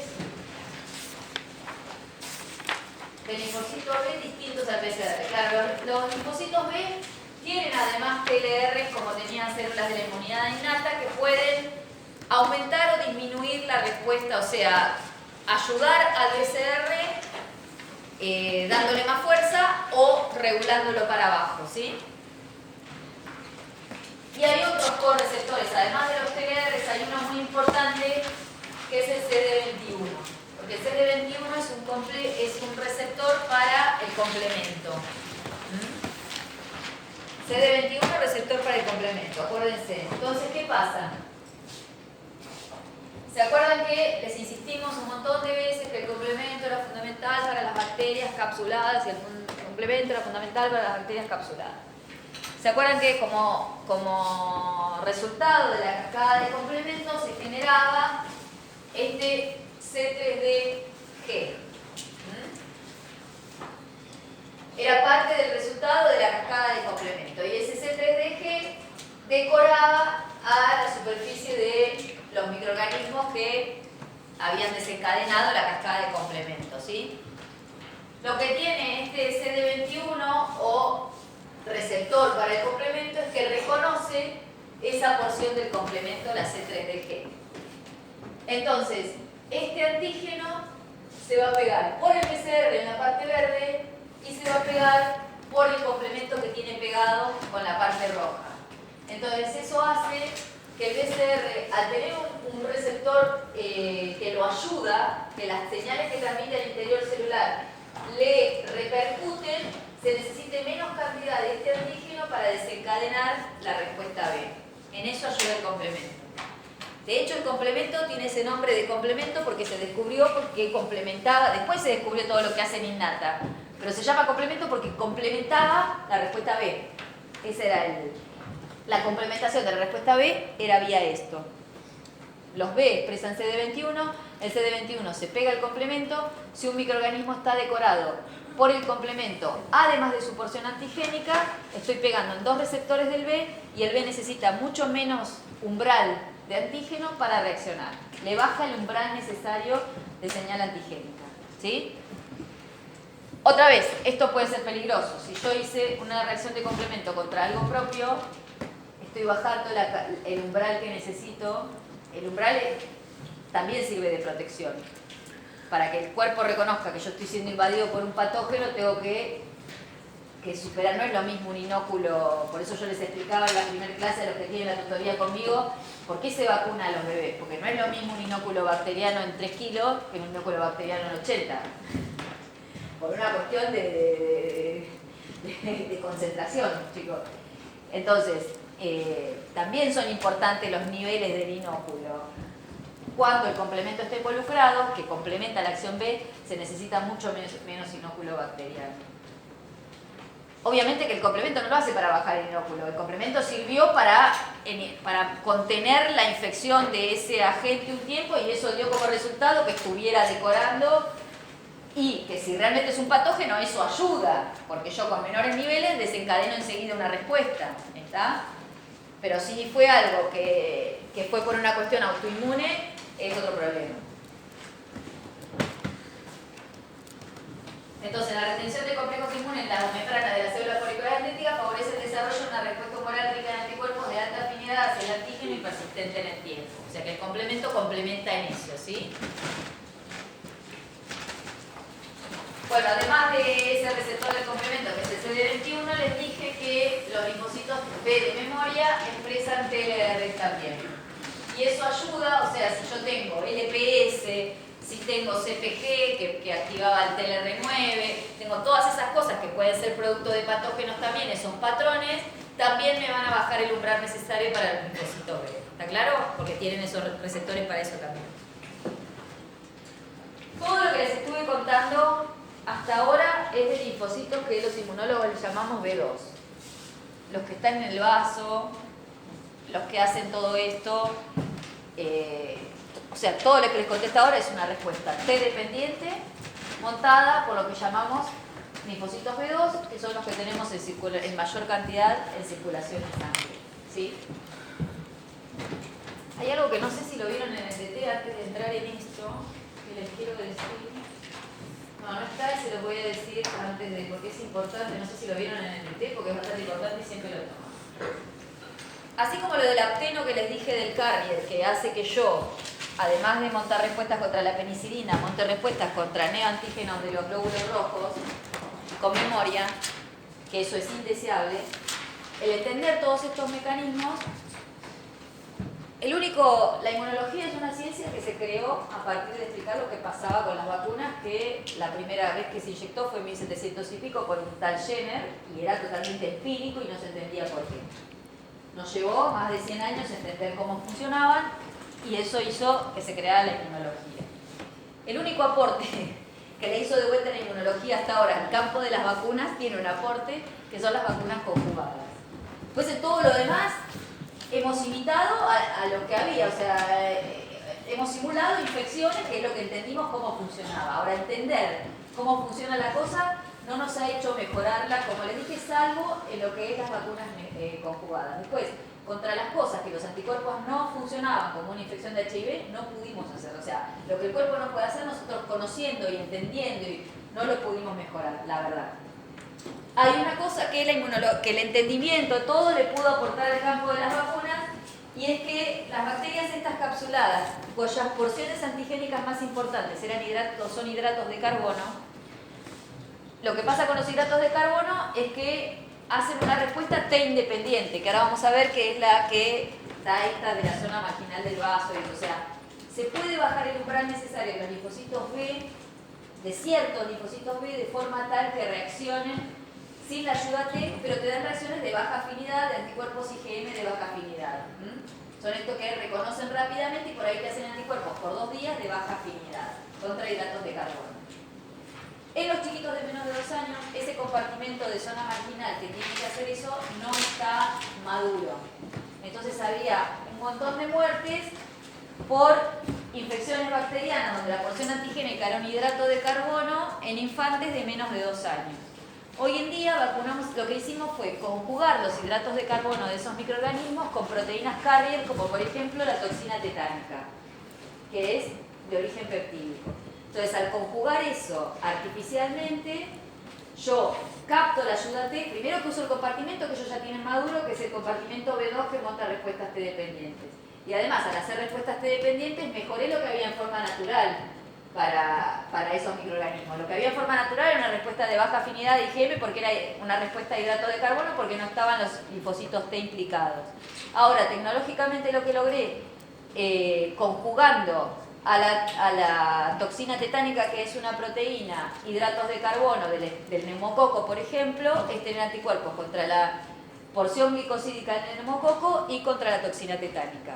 Esas son las vacunas dobles, la triple, o sea, es conjugar hidratos de carbono con proteínas y logré alta afinidad, respuestas de IgM y de memoria, que antes no había contra esos microorganismos. ¿Está?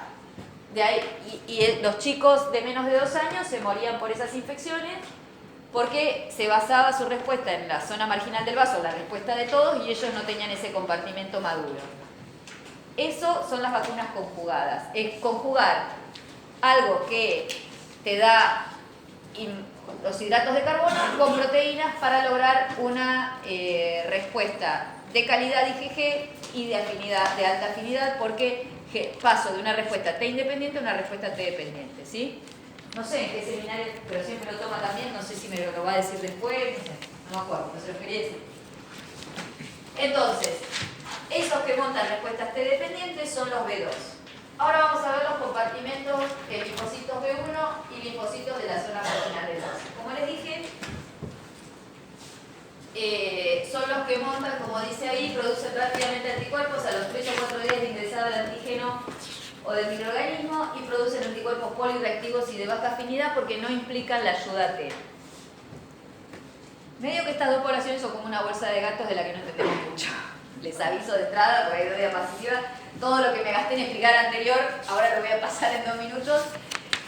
Porque no lo sé yo, pero no lo sabe nadie, básicamente. O no se entiende bien, porque todo lo que les como que tira abajo toda la teoría que les expliqué de que los linfocitos B estaban súper controlados, porque tenían las dos poblaciones y ellos pasaban la médula ósea, bueno, con estos no vale nada, les estoy diciendo que hacen anticuerpos contra cualquier cosa, pero lo bueno es que hacen anticuerpos contra cualquier cosa de baja afinidad. Entonces es como si quieren pensarlo, es como un puente entre lo innato y lo adaptativo. Hacen un tipo de moléculas que son anticuerpos, que son más finos que algo innato, pero con menos controles, digamos, de baja afinidad, o sea, no son tan útiles. Los linfocitos B1, que son los que están los que produce el hígado fetal, son los que están en el feto, y parece, lo que se cree entender, es que nos queda ese resabio de vida fetal en el peritoneo, porque se supone que ahí es donde hay linfocitos B1 y en la cavidad pleural, que son los resabios que nos queda de lo que hacía el hígado fetal. Eso es lo que hacen los linfocitos B1. Los linfocitos de la zona marginal del vaso, en cambio, están en el vaso alrededor de los folículos. Esto es una diferencia en los ratones con los humanos. En los ratones están en una parte determinada del vaso y en los humanos están en cada folículo, alrededor de cada folículo. Estos son los que no alcanzan su maduración, los de la zona marginal del vaso, hasta los 2 años. Y entonces antes era muy peligroso ese periodo de la vida para los chiquitos porque estos son básicos para la defensa frente a bacterias capsuladas que llegan a circulación. Porque están en el vaso filtra la sangre y esto lo que hacía cuando detectaba vía TBRs o vía de alguna manera te generaba anticuerpos a los 2 días, 3 días que te mantenían la infección controlada o por lo menos estabas en mejor, es como una lucha. tenías más armas para pelear que un nene de 2 años que no tiene este compartimento maduro. Entonces, estos en cavidad pleural y peritoneo, estos se llaman en zona marginal del vaso, están más que nada en vaso. Estos que son el resabio de vida fetal son de los isotipos IgM, IgA y IgG2, se localizan en cavidad, bueno, ahí dice, sin aparente exposición a antígenos pueden producir también anticuerpos naturales, por eso en el feto hacen eso, el feto no está expuesto normalmente a antígenos, está en un ambiente estéril, pero en feto se han detectado anticuerpos que se supone que hace contra, se llaman anticuerpos naturales porque no se sabe qué antígeno los desencadenó. Los del vaso, en cambio, son más que nada el isotipo IgM, se localizan solo en vaso y ambas poblaciones son relevantes para la protección contra bacterias capsuladas. Pneumoniae, influenza y Neisseria meningitidis, que son súper comunes. Yo les digo que trabajo en amígdalas, que sacamos y esas poblaciones están en las amígdalas de todos. A gente sana no le saco, pero es parte, o sea, pero están en donantes cadavéricos, están las mismas bacterias, ¿está? A veces, bueno, lo vamos a ver en mucosas, o lo van a ver en mucosas, se lo va a dar otro. Si bien estos son colonizantes naturales, en algún momento por alguna disbiosis, por alguna cuestión que alguna población desaparece, estos empiezan a avanzar infectando más que colonizando. Y ahí es que son útiles estos anticuerpos que mantienen a raya a estos microorganismos. Estos linfocitos B1 y de la zona marginal del vaso son capaces de activarse sin colaboración de las células CD4, reconociendo antígenos independientes del tipo 2. Lo dejamos para lo último porque como que tira abajo todo lo que les expliqué antes. Pero los inmunólogos hemos tratado de encontrar respuestas de por qué ocurre esto. Entonces, una de las respuestas que encontramos por lo que esto puede ocurrir es que al ser polisacáridos con muchos epitopes repetidos, yo les dije que para que el linfocito B se active necesita 2 señales por lo menos, porque evidentemente la señal del BCR no es lo suficientemente fuerte. ¿Cómo lo solucionan esto? Pegándose en todos los BCR que están en la superficie celular, lo que los inmunólogos llamamos cross-linking. Al tener muchos epitopes repetidos, se pegan en todos los de la célula y eso hace que la señal 1 sea fuerte, ¿está? Lo que en la reacción normal necesita la ayuda T que le dé la señal 2 porque la 1 es débil, acá lo logra con los epitopes repetidos. Por ejemplo, es una explicación que encontramos al ver la estructura patrón de estos polisacáridos. Bueno, no voy a leer esto, ya lo van a leer, o sea, cuando ustedes estudien está claro lo que les estoy diciendo, ¿sí? A ver qué dice los linfocitos B2, porque a veces... Claro, esta es la diferencia que hace. Los B2 podrían reconocer antígenos en este estilo, pero los B2 solo logran proliferar y diferenciarse si estos se encuentran asociados a proteínas. No les explica mucho por qué los B2 sí y los B1 no, por qué los B1 sí y los B2 no. Yo les puedo especular una respuesta yo. Puede ser el entorno, ya les dije que están en distintas zonas. La cavidad pleural y el peritoneo, sobre todo el peritoneo, la cavidad pleural no tanto, son regiones más sucias. Entonces puede haber un entorno de citoquinas también que favorezca esa actividad rápida que lo que sea en un ganglio linfático que normalmente está completamente estéril. Si a vos te llega un ganglio linfático del cuello, no vamos a decir del intestino porque eso en mucosas es una cosa especial. Pero normalmente todo lo que, la linfa que pasa, si estamos sanos, todo lo que pasa no tenemos patógenos, ¿está? Entonces cualquier cosa que aparezca rara se te desencadena una respuesta inmune, pero necesita todos los controles necesarios. En un lugar como el peritoneo, donde están los B1, debe haber un entorno que favorece esta activación rápida, ¿sí? Y lo mismo en el vaso. Bueno, en el vaso no es normal tampoco que haya nada, de ahí que, o sea, debería filtrar todo estéril. Si hay algo, estos de la zona marginal proliferan enseguida, ¿sí? Anticuerpos naturales, ¿qué son? Se llaman naturales porque se secretan sin exposición previa al microorganismo. El isotipo IgM es el más frecuente, son de baja afinidad y polireactivos. Polireactivos quiere decir que todo esto que les estoy diciendo de los anticuerpos, que son súper específicos, de especie, de no sé qué, bueno, con estos no vale. Pueden reaccionar contra varias cosas. Porque tienen la baja afinidad. Cuando algo tiene baja afinidad, justamente se va a pegar con baja afinidad a varias cosas, ¿sí? Anticuerpos dirigidos contra epitopes antigénicos repetitivos, ejemplo, polisacáridos, bueno, esas son contra las cosas que reaccionan estos, tanto B de la zona marginal como de los B1. Bueno, y por último pasamos a los isotipos, que es lo que les dije de los anticuerpos que tienen distintas funciones. Funciones de los anticuerpos. Las funciones de los anticuerpos básicas son neutralización, opsonización y activación del complemento. ¿Se acuerdan cuando vieron las cascadas del complemento que se necesitaba para la cascada clásica la presencia de anticuerpos? La neutralización lo que hace es que, por ejemplo, tenemos, supongamos que esta es la toxina del tétano. Si estamos vacunados con la antitetánica, vamos a tener anticuerpos contra la toxina, que lo que van a hacer es que la toxina no pueda pegarse a los receptores celulares, así que por más que nos hayamos infectado con la bacteria y la bacteria haya secretado las toxinas, la toxina va a ser neutralizada por los anticuerpos en circulación y yo no me voy a enterar de que tenía toxina tetánica en circulación. ¿Está? Esa es una función. No solo sirve para toxinas, sirve para virus, qué sé yo, el virus de HIV para infectar. ¿Se acuerdan que se tiene que pegar al CD4 y al CXR4, me parece? Si yo consiguiera, lo que pasa es que no se consigue o no funcionan los anticuerpos porque el virus muta mucho, pero la idea sería neutralizar los receptores que se pegan al CD4 y al CXR4 para que no se pueda pegar. Siempre lo que se trata es de prevenir, de que ni siquiera llegue, no de que lise después de que infectó, de lisar la célula después de infectada. Lo que se trata es que nunca llegue al interior de la célula. Los mejores anticuerpos son los que neutralizan, porque neutralizan todos los receptores que le permiten a los virus infectarnos, ¿sí? Bueno, además de los que neutralizan, están los opsonizantes, que son los que marcan algo para ser fagocitado, ¿sí? ¿Cómo lo marco? El otro algo, que por ejemplo es un macrófago o un neutrófilo, tiene receptores para la fracción constante. Cuando les decíamos en innata, RFC gamma, el receptor para la fracción constante gamma, es justamente tener receptores para qué isotipo. IgG. Los que tienen receptores para FC epsilon, ¿para qué isotipo van a ser? IgE. Entonces los parásitos que les dije muchas veces están decorados con IgEs y los eosinófilos tienen receptores para IgE y son los encargados de encargarse de los parásitos, porque tienen esos receptores que reconocen al parásito decorado con anticuerpos IgE. ¿Está?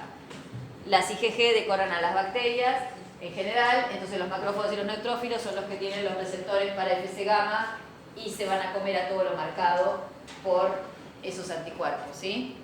Pero lo que tiene bueno es como una bala selectiva, o sea, ¿qué va a estar recubierto de anticuerpos? Lo que se ha reconocido por ese anticuerpo, digamos, no se va a comer cualquier cosa. Ahí está la selección del sistema. Por la fracción FAB, el anticuerpo se va a unir al microorganismo, y por la fracción FC se pega a la célula que tiene que encargarse de ese microorganismo. ¿Está? Y la otra función importante es la activación del complemento, que también era muy importante para contener los estadios iniciales de una infección, ¿sí? Si ustedes están vacunados, tienen todo esto. Si ustedes no están vacunados, esto lo tienen que hacer después de una infección. Una infección es una pelea. Pueden ganar la batalla y les quedan estas armas, o se murieron y le ganó el bicho. Yo no comprendo dónde está el problema. Formación de complejos inmunes durante, y otra vez, esto no es que yo se los esté contando, esto se puede medir. O sea, si tuviéramos el presupuesto, podríamos hacer una ELISA, le sacamos a todos un poquito de sangre y vemos en plasma para que ustedes estén vacunados. La mayoría debe tener una vacuna activa contra la antitetánica. Les puedo mostrar los anticuerpos contra la toxina tetánica. Incluso en el laboratorio hay ensayos para ver la neutralización in situ, o sea, no es... Pero claro, si decimos que la Tierra es plana, esto es plano. Pero vamos para atrás, chicos, vamos para atrás. Bueno, formación de complejos inmunes durante la respuesta humoral y su depuración a través del sistema monoclonal fagocítico. Estas son cosas en las que también ayudan los anticuerpos. Cuando yo monto una respuesta inmune, genero un montón de anticuerpos, también genera un montón de complejos inmunes en circulación que no son buenos porque son moléculas pesadas que se les depositan sobre las membranas de los riñones, en las articulaciones. Entonces hay que depurar esos complejos inmunes. Ahí dice, formación de complejos inmunes solubles pequeños en circulación y activación del complemento. Como la cascada clásica del complemento se activa por la presencia de anticuerpos, esos complejos inmunes pueden despertar al complemento.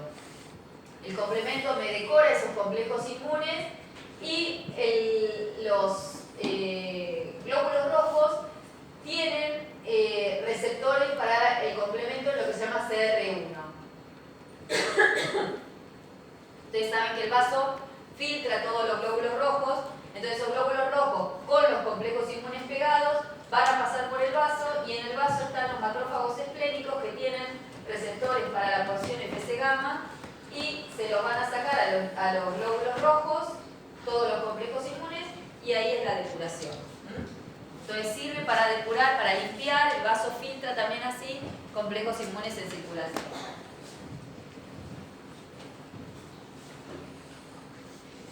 Bueno, esto está muy estudiado, como es la respuesta primaria y secundaria de anticuerpos. Esto es un poco lo que yo les dije. Si yo hago acá una línea temporal, primero miren esta parte o háganlo en sus fotocopias. Esta es la primera encuentro con el antígeno, hasta acá. Bueno, está claro acá, ¿no? Pero háganla. Entonces, en una primer encuentro con antígeno, yo monto en rojo la respuesta IgM, la respuesta IgM que les dije que era por los plasmocitos de vida media corta. ¿Se acuerdan que les dije que cuando ve antígeno y capta ayuda T, hay unas hijas que van a hacer anticuerpos rápidos y se van por los cordones medulares y otros hijos que se van al centro germinal? Entonces, de las hijas esas primeras que se van por los cordones medulares, tengo esta respuesta IgM de baja calidad, pero rápida, y esto en azul es lo que me hizo centro germinal. Salió una respuesta, un mayor título de anticuerpos, de mayor afinidad y además de isotipo IgG. Esta es de isotipo IgM. De acá van a salir linfocitos B de memoria que frente a un segundo encuentro con antígeno, estos que tenían IgG en la membrana ya me van a dar unos niveles de IgG que son espectaculares. Pero además voy a tener nuevas especificidades de linfocitos B naive que me van a generar de nuevo plasmocitos de vida media corta y que me van a hacer de nuevo esto. O sea, si yo tengo suerte, ese día mi médula ósea también tuvo naive que me va a reconocer como si fuera la primera vez, además de los de memoria que tenía, ¿sí? Y por eso en general, si yo estoy vacunado o tuve la infección antes, por más que esté expuesto, ni siquiera levanto una línea de fiebre. O sea, todo ocurre sin que yo me entere, porque lo que tengo de backup, de anticuerpo de backup, me neutraliza lo que viene, ¿está? Bueno, entonces en la respuesta primaria tengo una fase de latencia, que son los 7 días que yo tardo en que el antígeno llegue al ganglio linfático, entre que se forme el centro germinal. Todo eso igual me lleva un tiempo. Es un compromiso que hicimos con la evolución, ¿sí? En esos 7 días que yo monto la respuesta inmune adaptativa es para lo que necesito la respuesta innata, para contener mientras al invasor mientras yo me estoy haciendo los misiles, ¿sí? Si yo no estoy vacunado, que yo gane esa batalla depende de mi estado nutricional, de los un poco de papá y mamá, porque tengo que tener los MHC que presenten ese día los péptidos que tienen que presentar. Para eso estoy influido, por eso hay razas si quieren. Ahora estamos todos más globalizados, pero antes que estábamos todos más separados, obviamente que aquellos cuando vinieron a conquistar América, las poblaciones indígenas se vieron expuestas a un montón de cosas para las cuales no tenían los MHC para presentar. ¿Está? Ahora estamos más globalizados, pero dependemos entonces de nuestro estado nutricional, un poco de los alelos que hayamos heredado de papá y mamá para presentar lo que tenemos que presentar y un poco de la suerte que tenemos ese día de haber hecho las especificidades en médula ósea para los receptores antigénicos que reconozcan eso. Eso en una persona de 70 kilos no es tan terrible y en general todos los que pasaban hace 100 años, la niñez, éramos como mamíferos importantes para... Eso lo podríamos pasar, digamos. El problema es que se morían, o sea, el problema es cuando tenés hasta 10 kilos. Porque esa batalla es complicada. Esos 7 días de batalla son complicados. Si llegás a montar la respuesta inmune adaptativa, la evolución es tan clever, me sale en inglés, tan buena, que la verdad que si uno monta anticuerpos, a menos que sean virus complicados como el del HIV, o parásitos complicados que realmente no se ha encontrado la forma de ganar la batalla evolutiva, pero si se llegaba a montar la respuesta inmune, en general los pibes zafaban. La cosa era llegar a montar la respuesta inmune, ¿sí? Esa fase de latencia que les dice.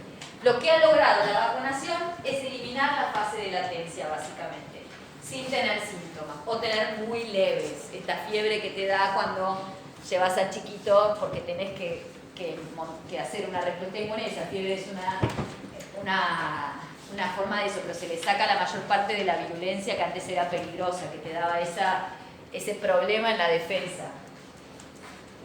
Bueno, entonces la respuesta secundaria tiene mayor cantidad de anticuerpos, es predominantemente IgG, el desarrollo de memoria inmunológica y la maduración de la afinidad de los anticuerpos. Bueno, entonces las principales características de los isotipos, les dije que las funciones eran la neutralizante, la de activación del complemento, y acá les agregaron algunas otras como que atraviesa la placenta y también lo que puede atravesar los conductos mamarios, que ahí no está, que es la IgG también. Entonces, son cosas que lamentablemente se tienen que acordar de memoria. Hay cosas que se pueden acordar, como que la IgG al ser un pentámero es muy útil para activar el complemento. Fíjense que todo lo que me ayuda en innata sigue cierta relación, todo lo que me ayuda en adaptativa. O sea, IgM es algo medio pelo, como lo innato, digamos, que me ayuda en las primeras fases. Y por eso es muy buena para la activación clásica de la activación de la vía clásica del complemento. En general, todos los isotipos de IgG hacen todo, y eso es lo bueno. Cumplen con todas las funciones y además atraviesan placenta y además también están en la leche materna, que los otros isotipos no. La IgA también está en leche materna, si no me equivoco. IgA y IgG es lo mejor, es lo que les conviene. IgE, si no tienen una infección parasitaria, es que están alérgicos, es lo peor. Es lo que les miden para ver si son atópicos, no sé acá el que es alérgico, pero IgE siempre está en bajas cantidades porque es muy peligrosa. Es útil para esto de pelear contra organismos evolucionados. Bueno, después está en lo que queda está un poco la explicación de por qué los distintos isotipos son útiles para las distintas funciones. Esto les dije, está en la parte de complemento, es fácil, pasa rápido porque ya estamos en el tiempo. Lo de la IgE. La IgE actúa porque se pega a receptores de tipo épsilon que no tienen todas las células. ¿Está? Tienen los eosinófilos, por ejemplo. Y lo que ocurre es que los anticuerpos IgE tienen una muy alta afinidad, o sea, lo que los caracteriza es que su porción constante tiene muy alta afinidad por esto, por el receptor de ese epsilon. Por lo tanto, todo anticuerpo que esté en circulación no va a estar en circulación, sino que va a estar pegado a los receptores isocelulares. Entonces, lo que ocurre es que ni bien entra el antígeno, como ya tienen los receptores celulares y el anticuerpo pegado, se hace este cross-linking inmediatamente y se desencadena la respuesta inmediatamente. Entonces son peligrosos, porque te da la activación y desgranulación del mastocito, que la desgranulación del mastocito es algo muy peligroso. IgG y la citotoxicidad celular mediada por anticuerpos. También esto les vuelvo a decir lo que les dije a los que yo tengo en innata. Para esta cátedra, citotoxicidad celular se refiere al mecanismo que mata células infectadas, no a la fagocitosis de bacterias por más que esté marcada por un anticuerpo. A eso le llamamos opsonización. Citotoxicidad celular dependiente de anticuerpos es cuando anticuerpos marcan células propias. Y solo van a marcar células propias si están infectadas, porque si no, estaríamos mal. Para que ocurra eso, las células tienen que tener RFC gamma y tienen la CNK. O sea, de estas diapositivas marquen el tipo celular que tiene el receptor, que va a ser responsable de la función del isotipo. Eso es lo que tienen que sacar de estas fotocopias, ¿sí? Hablamos ya de los mastocitos, para que IgE cumpla su función, y ahora hablamos de la CNK, que tiene el RFC gamma, para que las IgG cumplan la función, ¿está? Lo mismo los macrófagos también tienen el RFC gamma, por lo tanto los macrófagos también pueden hacer CCDA. Esto también siempre los toman, ¿eh? Mastocito, que tiene que responde a IgE, y los tipos celulares que tienen RFC gamma, que pueden entonces hacer citotoxicidad celular dependiente de anticuerpos. ¿Puede inducir a abortarse, entonces? Sí, sí. No, para mí lo más común es con NK, porque esto es más que nada para infecciones virales y las repetimos un montón de veces que macrófago era para bacterias, pero también puede ser para bacterias intracelulares. Las bacterias intracelulares se pueden cargar en macrófago. Esto también lo suele tomar. Otra de las ventajas de o lo que hace la IG, o sea, las funciones de los isotipos, si quieren, están todas basadas en los receptores que reconocen la fracción constante. Cuantos más receptores haya para esa fracción constante, más útil es esa fracción constante. Porque más tipos celulares tienen el receptor para esa fracción constante, entonces más tipos celulares van a responder. Hay muchos tipos celulares con receptores para la Fc gamma, ese es el T. Lo que les explica acá es qué pasa en los neonatos que tienen ese FcRn, que es el receptor de la fracción constante del neonato. Esto lo que le permite al neonato, esto es en la vida fetal, esto es en la vida neonatal. En la vida neonatal le permite sacar IgG de la leche materna. ¿Qué pasa? Ellos tienen el receptor FcRn en las microvellosidades del intestino. Entonces las IgG de la leche materna se unen a ese FcRn o a ese receptor para la fracción gamma, porque es solo para los IgG, los endocitan. Y lo que tiene de particular este proceso que libera la IgG untouched, en inglés, intocable, sin tocar. Esto hace que las IgG maternas, por eso se vacunan las madres. Por la leche es como que vacunan, por eso se insiste tanto en la lactancia materna, ¿sí? La lactancia materna tiene que ir acoplada con la vacunación materna. Si la madre no se vacunó, tampoco sirve de nada. Pero este proceso explica cómo en la vida neonatal se captan anticuerpos de la sangre materna. ¿Sí? Está en el libro, chicos, igual.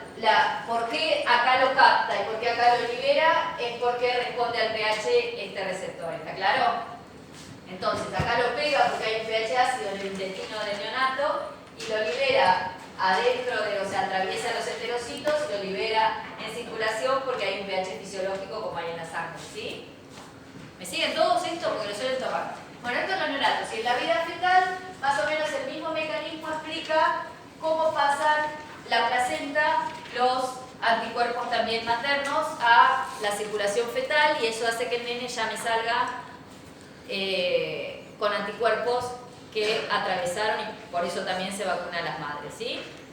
Es más o menos la misma explicación de pegar a pH, o no, que esto es endocitado directamente sin receptor, se pega a los receptores que están en las células del cistido linfoblástico y como el receptor pega pH ácido en los endosomas, después lo libera pH fisiológico y así logra atravesar la barrera placentaria y las IgG maternas. En la vida adulta también tenemos un reciclamiento, por eso las IgG tienen una vida media tan larga, porque superan todas las barreras del intestino sin ser tocados, ¿sí? También debe ser un logro evolutivo, como son muy útiles, tratar de mantenerlas lo máximo posible en circulación. De todas maneras, la vida media es un mes, 20 días.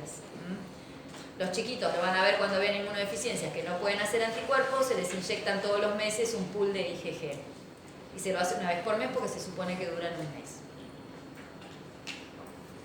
Lo mismo para el transporte de IgG del epitelio, tengo que cortar, pero está en el libro y es a través de un receptor y se basa en esto de los juegos de que pegan a pH ácido. Todo esto les está mostrando cómo se reciclan los isotipos de inmunoglobulinas.